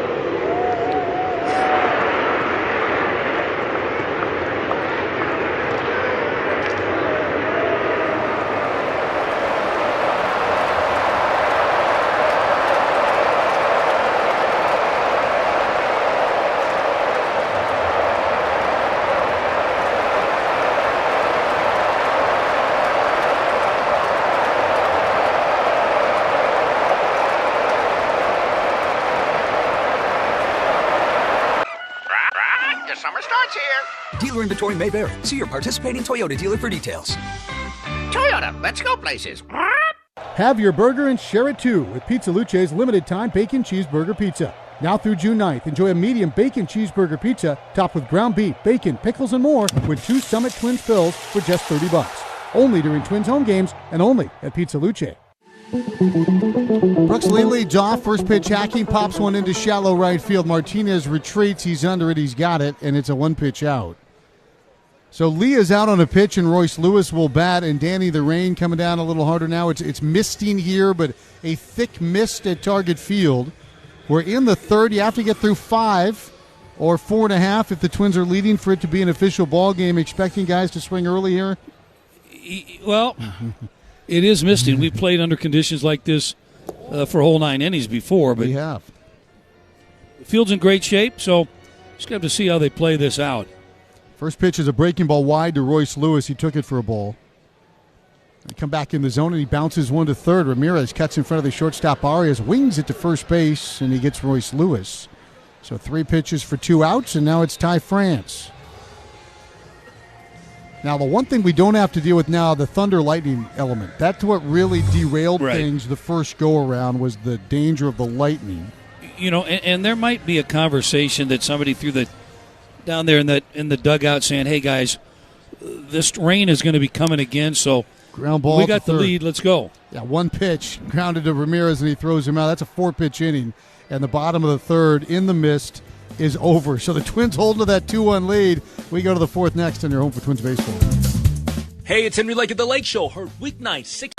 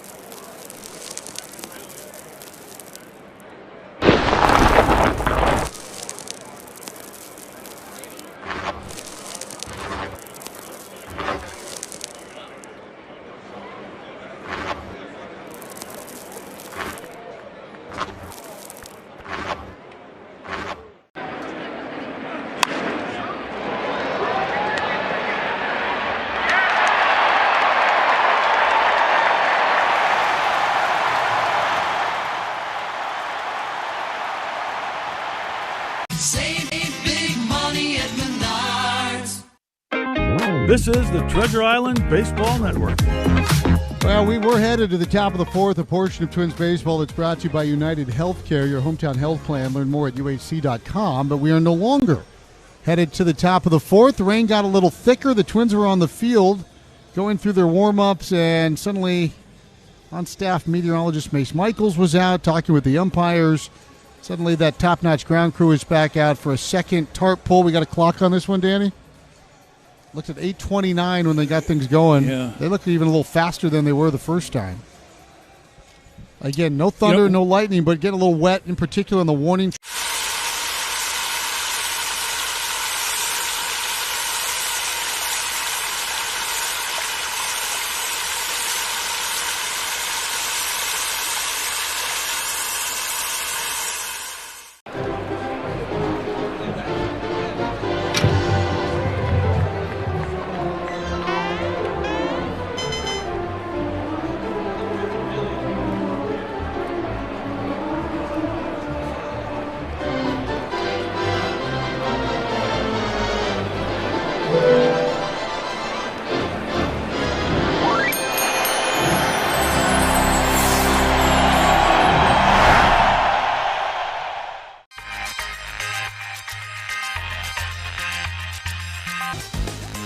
To see all this excitement around what I love to do growing up, it's crazy. What's your favorite thing about this whole event so far? The fusion of sports, entertainment, and cards. That's awesome. Because to me, cards have always been entertainment, and they're getting their just dessert now.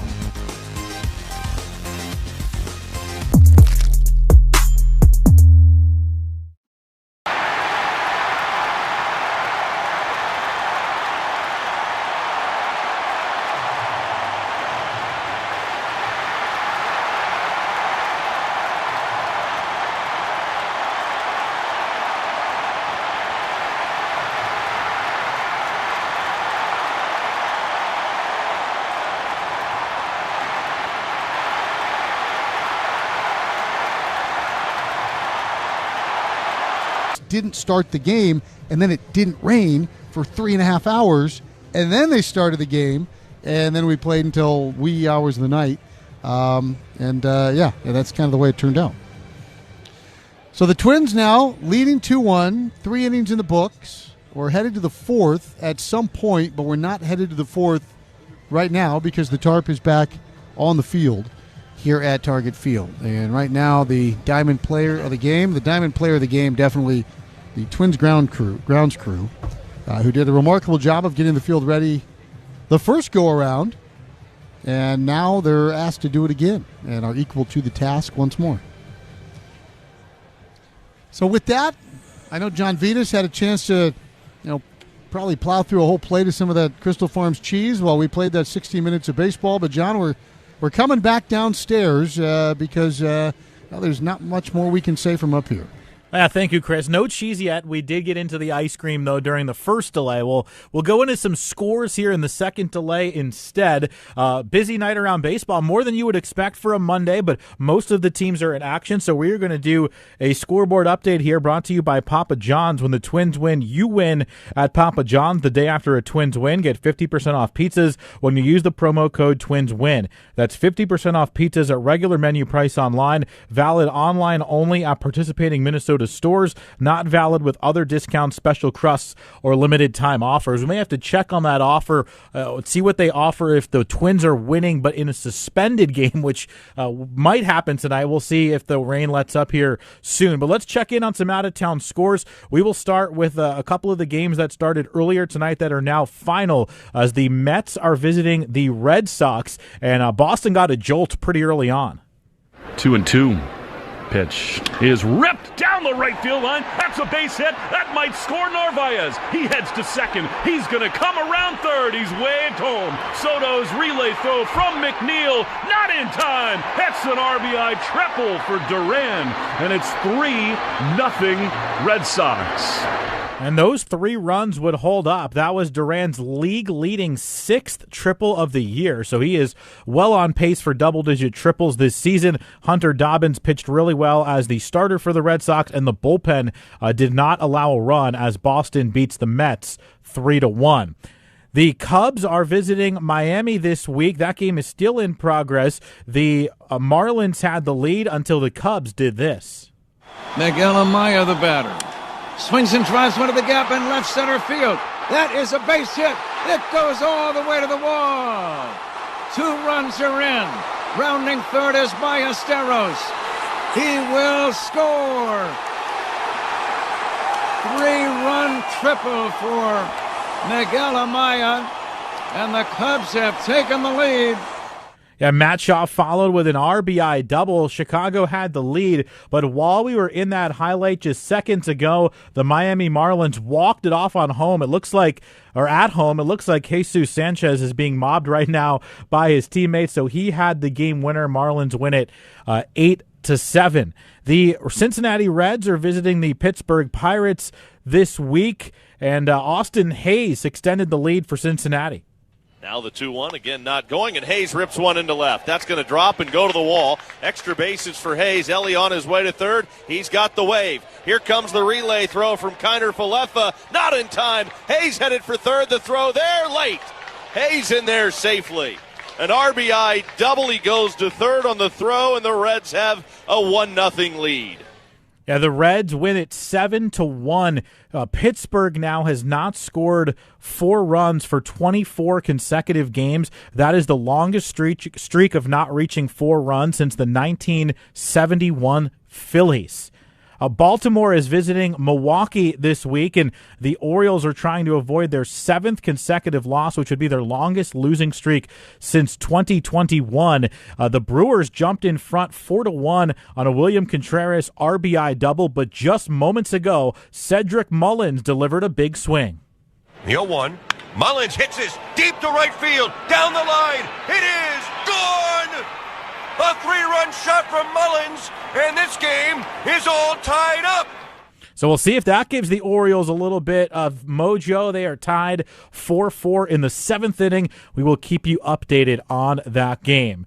We are in our second rain delay of the night here at Target Field. Twins continuing to lead the Cleveland Guardians 2-1. Whenever we do resume this game, we will start a clean inning in the top of the fourth. Well, while we have a moment, we are going to start to polish off some of our Road to the Show interviews, which we are featuring on our Friday pregame lineup cards. And last week we had a chance to meet the newest Minnesota Twin at that point, Cody Clemens, who has played extremely well over the last couple of weeks. So here was my chat last week with Cody Clemens. Joined here with Twins infielder Cody Clemens as we outline your Road to the Show. Cody, thanks for joining us. Yeah, no problem. Wanted to start right from the beginning. Obviously, you had a unique upbringing with your father being a major league veteran and super successful player. He played 11 years in the big leagues after you were born. What are some of your earliest memories of being around Major League Baseball and obviously having your brothers around as well? Yeah, I would say my earliest memories were when we were in New York, probably early 2000s. Just being able, to come down to the clubhouse when I was a little boy, running around, getting to meet and hang out with my dad's teammates. Those are probably my most fond memories, and run around Yankee Stadium and stuff like that. Were there any players that your dad played with the Astros or Yankees that you remember looking up to or having interactions with? Yeah, my favorite player was Derek Jeter growing up, so to be able to talk to him, and, I was obviously very young, but I remember taking ground balls with him on like a backfield when I was tiny. So it was really cool just being around him. What are some lessons or words of advice that your dad gave you as you grew up and became a really good baseball player that helped fuel you into the player you are now? Just to trust your ability. Once I made my debut, it was like it's the same game but on a different stage. So it was kind of just like stay within yourself and trust the process. You've worked so hard and preparing to get to this moment. Just be yourself. You followed your brothers to Memorial High School and the University of Texas. What was it about that path that you saw with them that you felt like it was the best path for you as well? Yeah, so it started, I grew up a Longhorn. My dad pitched there, and then Casey ended up going to Texas as well. And Casey, so my two oldest brothers are 10 and 8 years older than me, so I wasn't as close to them growing up as I was Casey, so we got to play high school ball together, and then he went to Texas, and I grew up a Longhorn, so I really wanted to go to Texas, and also he was already there, so it was a pretty easy decision for me, and I wanted to go wear burnt orange. You developed really well there. Your draft year, you hit 24 homers, drove in 72 RBIs, just a huge spike in that production. What was it about your development at Texas that allowed you to thrive? What was different about your game, I guess, as a freshman and then as a junior? Yeah, so I came out of high school like 165 pounds, 5'11" or 6 foot. So I was a pretty small kid, skinny, wiry, and I got in the weight room over the course of my time there for 3 straight seasons, and I ended up gaining probably 20 pounds and from freshman year to junior year. And like you said, my first 2 years were kind of mediocre. I had hit 5 homers, hit 240 both seasons. And so I thought to myself, I'm not going to get drafted. It's not good enough numbers or anything. So I ended up changing my stance and my swing. And it was lowering my hands, opening up my stance, and I had a leg kick. And it really just clicked for me. I ended up unlocking a lot of power. And after I had success with it, I gained a ton of confidence, and it kind of just like spiraled that whole year. And it was an awesome year for sure. It seems like college was no doubt the best route for you, but your brothers made that same decision. I'm curious if your dad had an opinion about trying to get signed out of high school and going straight into minor league ball versus college baseball. He obviously seemed to think that college was the right route for you. What were some of his thoughts on that decision? Yeah, I mean, it was a no-brainer when I had the opportunity to go to University of Texas. I always wanted to go to college. I wanted to have that experience. My dad was kind of a late bloomer as well.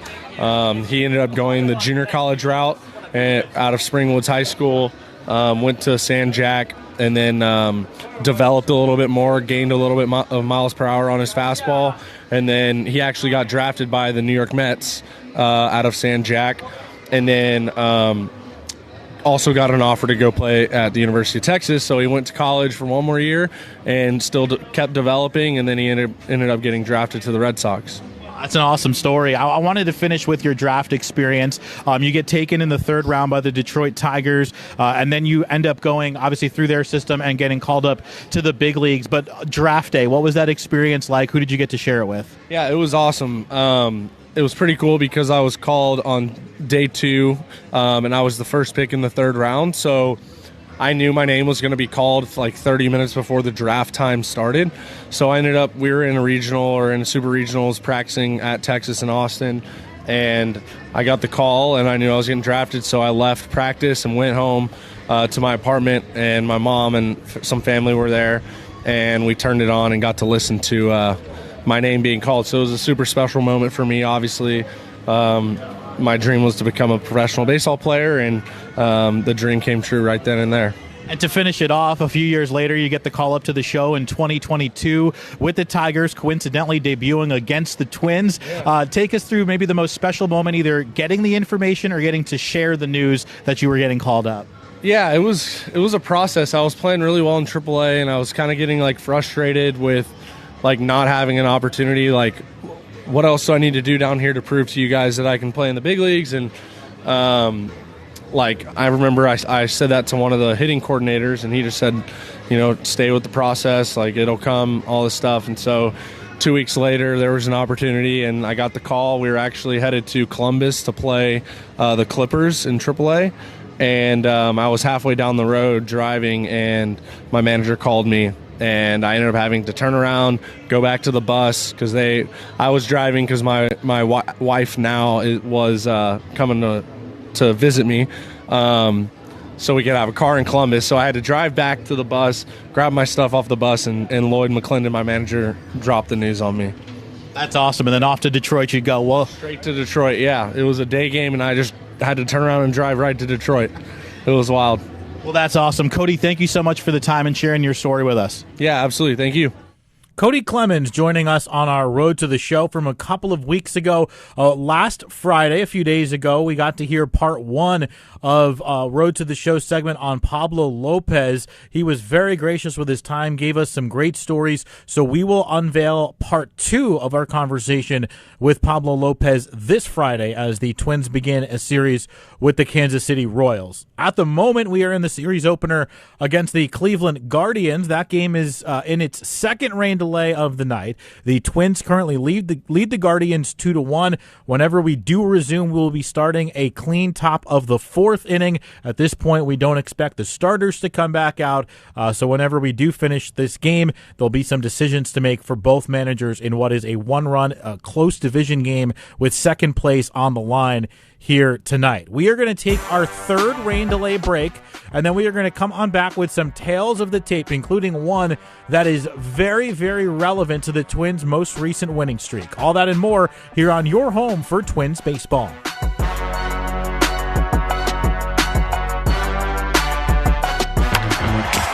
You can't wait for the sun on your face at Target Field, to hang on every pitch, get up on your feet in the 9th. Make your fandom count this season by becoming a My Twins member. It's free to enroll, and you'll earn rewards with every ticket and ballpark purchase. A guaranteed hit with every swing. Swipe. Enroll now at twins.com/mytwins and experience baseball your way. Anything can happen when you say I'm in to a scratch game from the Minnesota Lottery. Besides cash prizes, some scratch games offer a second chance, so even non-winning tickets can win. Since this is probably music to your ears, we'll say it again, in a song.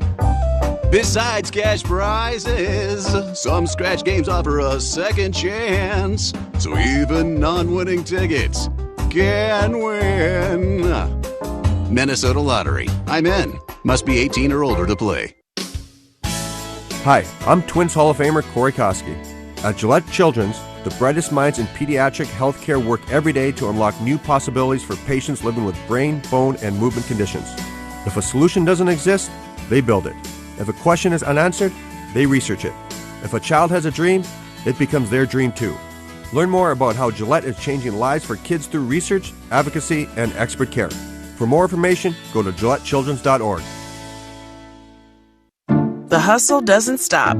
Plus, your car doesn't start. Life math is complicated. Affinity Plus makes it easier, with competitive rates on auto loans to help you purchase your next car without breaking the bank. Plus, our team always has your back, so you can feel good about what you buy, today and down the road. Learn more at affinityplus.org/auto. Affinity Plus Federal Credit Union, insured by NCUA. Every season, CHS helps farmers win. It takes a co-op like CHS to put an all-star team into the field to drive in home run harvests. We hustle and dive to catch market opportunities to sell crops across the globe. And our power lineup provides energy options that fuel rural America. From the Farm League to the big leagues, CHS covers every base in agriculture. Learn more at chsinc.com. This is the Treasure Island Baseball Network. John Vitas along with you from Target Field. We are in our second rain delay of the night, but we do have good news to pass along. We are currently watching the tarp come off the field here at Target Field. It is still raining. It does look lighter than it was when they pulled the tarp maybe 15 minutes ago or so. So it's still not a long rain delay at this point, but it is still raining lightly out there, and we will see what the decision is here once they do get that tarp off. But in the meantime, we are going to go to our tale of the tape from June of 1991. Now, the Twins just finished a 13-game winning streak by falling to the Brewers 5-2 yesterday. That was the second longest winning streak in Twins history. Here is Twins curator Clyde Deppner to tell you about the longest winning streak of all time. Play ball! The Minnesota Twins are on the air.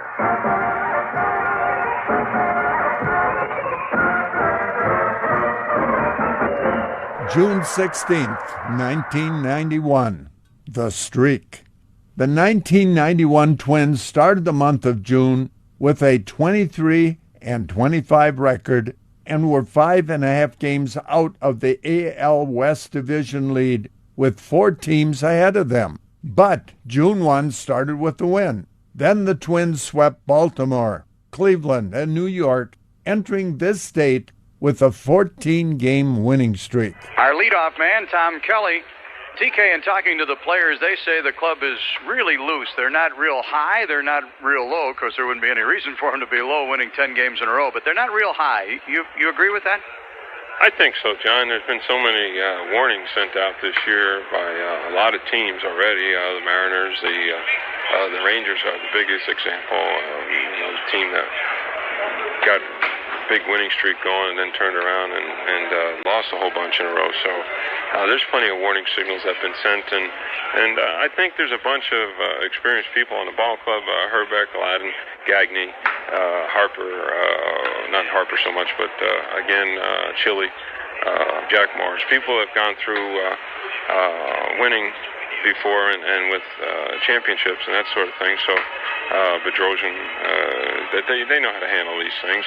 And also we have some quiet people on the team. You know, Randy Bush don't get too overly excited about a lot of things, and Larkin and Carl Willis and Terry Leach. So we got somewhat of a quiet bunch anyway. So it's made my job easier, yes. Twins manager Tom Kelly and the Twins still remain 1/2 game back of the Oakland A's and were looking to extend the winning streak to 15 games as they were set to wrap up a 3-game series in Cleveland. The Minnesota Twins are celebrating their 30th year of Major League Baseball in the Upper Midwest. WCCO Radio salutes the team and now presents the Twins Magazine Show with John Gordon. 1991 Twins pregame interviews and features with Sid Hartman, Herb Carneal, and Mike Woodley. Get you ready for Major League Baseball today, featuring our Minnesota Twins. Now let's go live to the stadium and Twins announcer John Gordon. Twins baseball is on the air from Cleveland Stadium in Cleveland, Ohio. Thank you for joining us, everybody, and I hope you enjoy today's broadcast. Today, the Twins try for win number 15 in a row. The streak continues to live, breathing steadily, every once in a while huffing and puffing and coming from behind to win like last night. but mostly just a steady flow of good pitching, hitting, and fielding, and the Twins are now challenging for first place in the American League West. At the moment, the Twins are just one game behind Oakland after last night's play. The Twins beat the Indians again, winning their 6th straight over Cleveland and 14th overall, while Oakland was splitting a doubleheader with Milwaukee, and the Twins gained a half a game. And last night, Twins win. It was Paul Abbott picking up Mark Guthrie and winning his 2nd straight game, while Scott Leyes drove in 4 runs to lead the offensive attack in the Twins' 11-7 win. The Twins trail Oakland by 1 game in the American League West. Today, the Twins may face their toughest challenge yet during the streak. Greg Swindell, just 3-5, but sporting a healthy 2.21 ERA, pitches for the Indians. Arguably, Swindell is the best pitcher the Twins have faced during the win streak. Yes, the Twins did beat 7-game winner Scott Sanderson and Tom Candiotti, but Swindell, despite his losing record, is pitching well. The Twins will counter with Kevin Tapani, 4-6, and a winner in his last 2 starts. Tapani is 0-1 lifetime against Cleveland, losing to the Tribe last year. Swindell's lifetime record against Minnesota, 6-4. Gordo's game set up as a pitcher's duel was spot on, as the two teams remained scoreless after 2 innings, thanks in part to some great defense from second baseman Al Newman, as called by Herb Carneal. Here's a bouncer behind second base. Tough chance for Newman. He throws it to first base, and he got him. What a play by Newman. Behind second base, he had to sort of make a lob throw over there, but it was very accurate, and it just beat Manto to the bag. Nice play by Newman behind second. That's all for Cleveland. 3 up, 3 down. 2 innings. Twins nothing. Indians nothing. And Newman was at it again in the 3rd. Well, as expected, these two are dueling. Here's a bounding ball up the middle. Nice backhand stop by Newman. Wheels and throws and gets him at first base. Al Newman showing off at second base. That's the 2nd play that he's made. I'm not too sure that one wasn't a little better than the first one that he made against Jeff Manto, because that ball was hugging the ground. And Newman backhanded it behind second. Off balance, wheel and throw, and on target to Larkin to get Mark Lewis. 2 good plays by Newman at second base. But in the bottom of the 4th, it was a defensive lapse that led to the game's first run. Here's a shot to center. Puckett got a late break, and it falls in front of him and then gets behind him. Here's Fairmean to third. He's going to be waved home. Aldretti will stop at second. There'll be a play on Fairmean. He's in safely.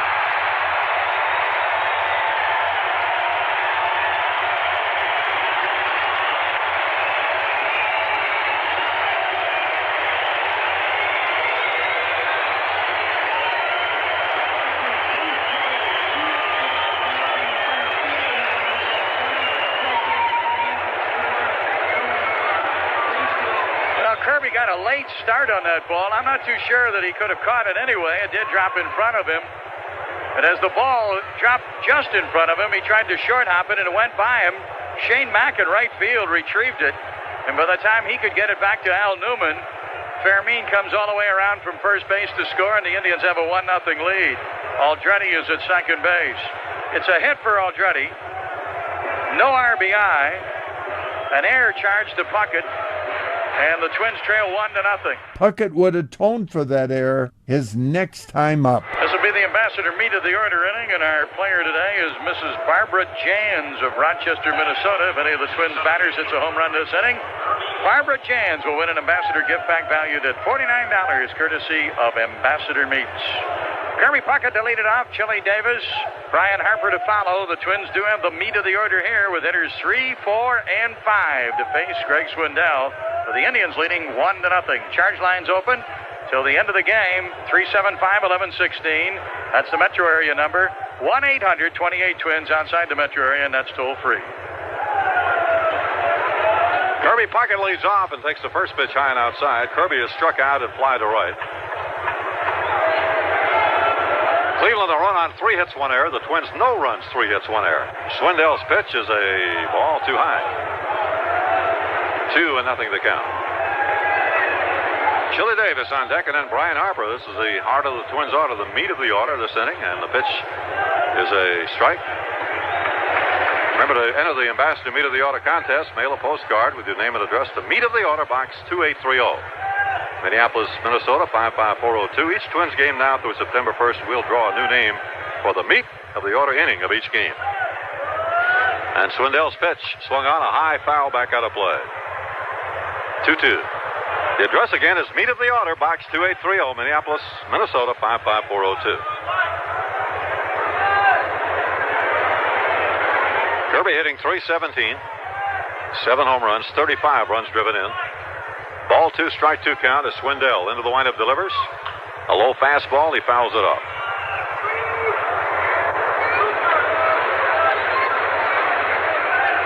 Swindell has walked 1, struck out 3.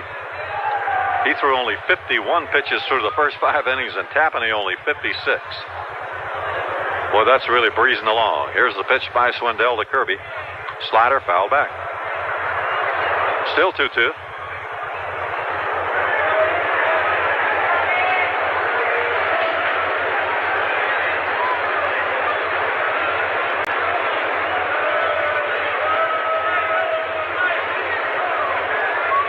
Now the windup by the left-hander Greg Swindell. The pitch to Kirby Puckett. Slider, a long drive to right center field, way back. Cole going back, and it is a home run over the right center field wall for Kirby Puckett. Boy, what a poke that was. Well over 400 feet to right center field. And the Twins have tied it up 1-1 on Kirby's 8th home run of the year.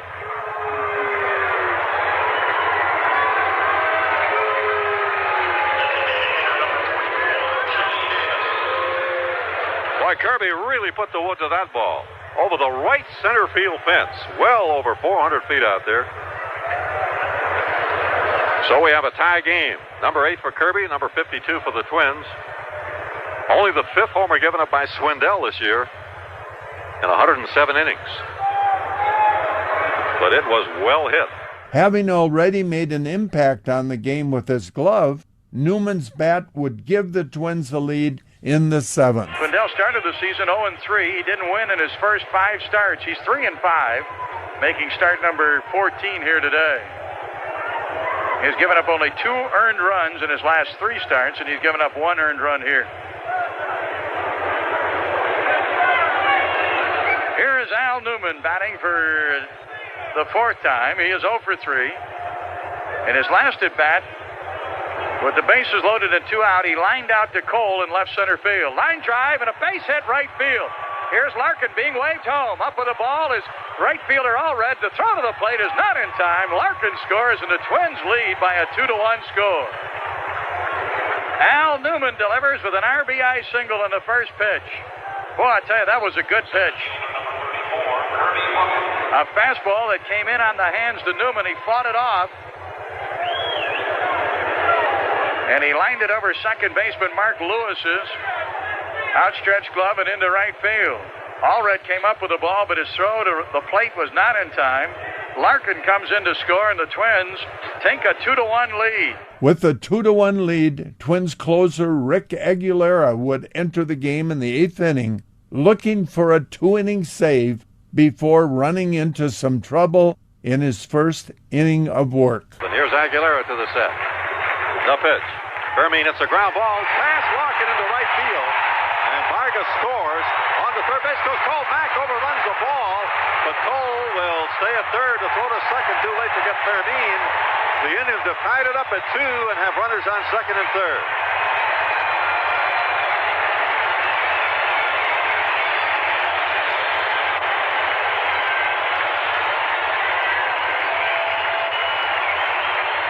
Felix Fermin with a ground ball just out of the reach of Larkin, trying to backhand it. Scoring Viagra from third. Mack overran the ball, allowing Fermin to go to second. So it'll be a hit, a run batted in, charge Mack with an error, allowing Fermin to go to second. They have Cole on third, and they're going to walk Aldrete here, the left-handed batting DH with first base open. Aguilera would work out of the bases loaded jam with a 6-4-3 double play. Tied at 2 apiece, the game would enter the 10th inning, where the Twins plated Newman on a Chili Davis sacrifice fly, and then Puckett scored on a Brian Harper RBI single. And Hilligus out of the set. The right-hander delivers to Chili. Swung on, and it's a high fly ball to left field, but it's just medium deep. Newman is tagging up. James makes the catch. Here comes the throw to the plate. Not in time. Newman slides in safely, although the throw was cut off by Baerga. And the Twins lead it 3-2 on a fly ball to medium deep left by Chili Davis, his 41st RBI. Newman scoring. Boy, he came in with a head-first slide, although the throw was cut off. And going to second on the throw was Kirby Puckett. So the Twins take a 3-2 lead here in the top of the 10th, and Brian Harper will be coming up. He has a double, a ground out to third, a line out to third, and a ground out to short.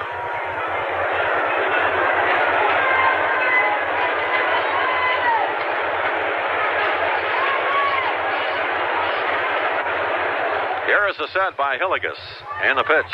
Swung on a ground ball. Base hit through the hole to left. Here's Kirby around third base. He's coming in to make it 4-2. Brian Harper with a hard ground ball between Baerga and Fermin. So the Twins have 2 runs in here in the top of the 10th inning. And a 4-2 lead. In the bottom of the 10th, Rick Aguilera closed out the win in his 3rd inning of work. And Aggie's pitch to Fermin is swung on a bouncing ball. Leaping grab by Scott Leas. A throw. Got him, and the Twins win their 15th consecutive game. Leas throwing out Fermin to end the game. No runs, no hits, no errors, nobody left. 10 innings today, the Twins 4 and the Indians 2. 15 wins in a row. After the game, Kirby Puckett reflected on the Twins' incredible winning streak. Hello again, everybody, from Cleveland Stadium. The Minnesota Twins streak continues to live on, 15 in a row as they defeat the Indians in extra innings this afternoon, 4-2. And to get things started right away, the Twins dugout interview. Kirby Puckett joining us here this afternoon. And Puckster, this streak is just amazing. I like to think that the game today was almost a little bit like the Gas House Gang of the 30s of the St. Louis Cardinals. There were a lot of dirty uniforms out there for the Twins today. Yeah, it was. We were out there trying to do the best we could today, Gordon. We knew it wasn't going to be easy up against Mr. Swindell, but he was out front there for a while, and we didn't panic. We just wanted to just get something started, and we blew it that one inning because we had the bases loaded with no outs, and he pitched his way out of that one. And I told myself, hey, if somebody just get on base, next inning, I was leading in and off, that everything will be okay. And battled, was fortunate enough to hit one out and got us going from there. Surely you were not thinking home run when you were up there, but you must have got a real good pitch. You really powered it to right center. Well, it's a fastball away, Gord. I just tried to hit it hard. I didn't try to get it out of here or anything. Just tried to hit it hard somewhere, and was fortunate enough to get it up in the air, and it went out. This was not an easy ballpark to hit home runs in. Well, that's what I hear, but I hit that one pretty good. I think I can hit that one anywhere, and that one will go out. What a game. What was the dugout like with the club trailing at one time 1-0, then the battle when they came back to tie it at 2, and then the 10th inning? Just give us a little bit of what the dugout was like this afternoon. Well, the 10th inning, we knew we had Danny leading off, and we thought that Danny would get on base for us, and he had a good at-bat, and he swung at ball 4, and he was a little upset, and Numi went up there and did what he does best, and he made him throw him strikes, and he didn't throw him strikes, and me coming up in that situation, I've just been hitting so many double plays lately. I just try to keep it away from somebody and looking for a fastball, and I said I'm going right back up the middle with it. He threw me a fastball, and I hit up the middle, and that gets Numi to all the way to third base. And it's up to Chili from there, and he delivered as usual. Yeah, really something. What are your thoughts about the streak here, Kerr? Because the club has seemed to, has not been on a high at all. Are they starting to generate a little enthusiasm, excitement from a standpoint of this 15-game win streak, or are they still maintaining that even keel? Well, just even keel, Gord. This way, everybody in the clubhouse knows that this game has a way of humbling you. Just as sure as you're going good, you can turn around and go just as bad, and we all understand that. And we just want to just keep playing the way we're playing, and we'll let the chips fall where they may from there. Let me take this opportunity to wish you a happy Father's Day. Thank you. A big day. Tell me about it. Have you heard from the family as yet? No, I haven't. I called home last night. Little Catherine wasn't feeling too well, and I thought Tanya would call me early this morning and tell me Happy Father's Day, but I'm sure I'll talk to her when I get to Baltimore, and everything will be fine. Herb, thanks for joining us. Certainly a big day for you with a home run and the base hit to key the rally in the 10th inning to keep things going. Twins have that 15-game win streak. A lot of national attention here, Kirby, from a standpoint of national writers and radio and TV folks coming in and talking and doing a lot of things. That does add to the excitement, though, doesn't it? Yeah, we got a lot of guys around from Sports Illustrated. You name it. These people are here, and it's kind of exciting, but then again, it's kind of a nuisance also. We don't want that kind of stuff. It's still too early, and we're playing good ball, and we just want to continue to just play good ball. baseball and just beat the Twins. Oakland losing today, and with the Twins win and an Oakland loss, the Twins would be in first place. That's something. Well, that's something new too. I mean, it hasn't happened since '87, so hopefully we can generate the people in Minnesota to come out and see us, because we are, we are a good team, and I knew it coming out of spring training. You remember I told you, I said it's just something about this team, because we played too good in spring training for it to be a fluke, and everybody knows their role on this team and the job that they have to do, and everybody's been doing their job, and we just been going from there. Shed that dirty uniform, get a good, clean shower, and we look forward to seeing you on the airplane on the way to Baltimore. All right, Gord. Thank you. Kirby Puckett, our guest on the Twins post-game report. The Twins have won here. They've defeated the Indians to stretch the win streak to 15 in a row, fans. That's 15 straight victories for the Minnesota Twins, the longest win streak in baseball in the American League since 1977, when the Kansas City Royals won 16 in a row. What a streak by the Twins. The Twins now held a 1/2 game lead in the AL West. The first time they were in sole possession of the division lead since the final day of the 1987 season. The Twins would never fall behind in the standings again that year, en route to the Twins' second World Series victory. Manager Tom Kelly reflected on the winning streak and recalls the superstition involved in keeping it alive. I started out where we're in cold weather and wore the heavy jacket, the Twins jacket, the heavy one. And I think by the time we ended up, we're in Baltimore where it was 90 degrees, and I'm out there in that jacket yet. Whew. Maybe it clouded my thinking some.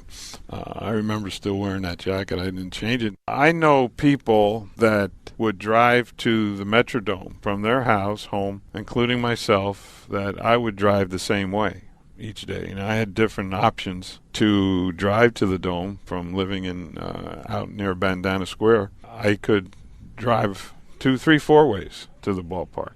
Mix it up. But I drove the same way. And I know a guy that got halfway to the Metrodome and realized he was going the wrong way and went back home and started over just so he didn't screw it up. But I know somebody did that. That was me. Turn around and go back home and start over. That's bad, isn't it? You did what you had to do. That's this week's Tale of the Tape.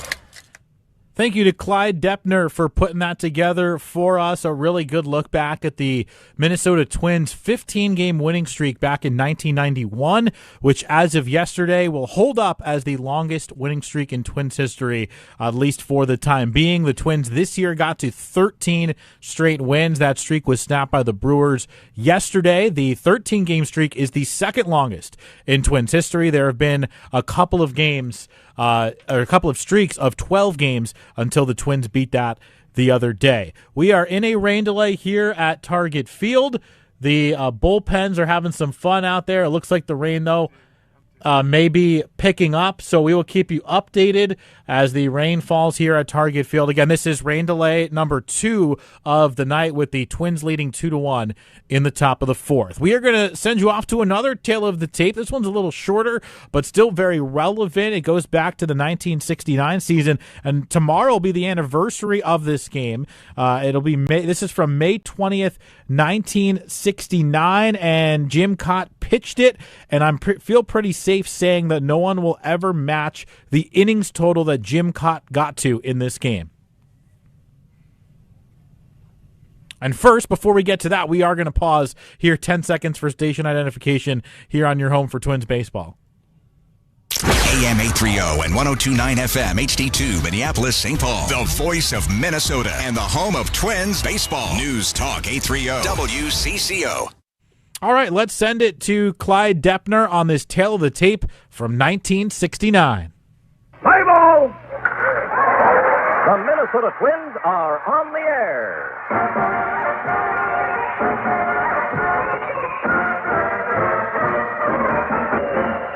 May 20th, 1969. The 1969 Twins had started the season strong with a 19-13 record, but had lost 4 straight games coming into a big 3-game series versus the AL leading Orioles in Baltimore. The game featured quite the pitching match between Baltimore's Dave McNally and Minnesota's Jim Cott. The two pitchers just matched up 5 days prior, with McNally getting the best of the Twins, allowing just one hit in a complete game shutout. As center fielder Ted Eulander told Merle Harmon, the Twins were eager for a rematch. Now, Ted, what about Dave McNally and his one-hit pitching in Minnesota? And here the Twins are going to look at him tonight. Is he really that good? Well, I think since he came up with that real sharp breaking slider, and he's got the ball breaks quicker, his breaking ball is better, and he has tremendous control. So it was no accident that he won 20 games last year. He's a good pitcher. I don't think he's capable of throwing a one-hitter every time out, because if that was so, I don't think he'd lose too many games. McNally started the game facing the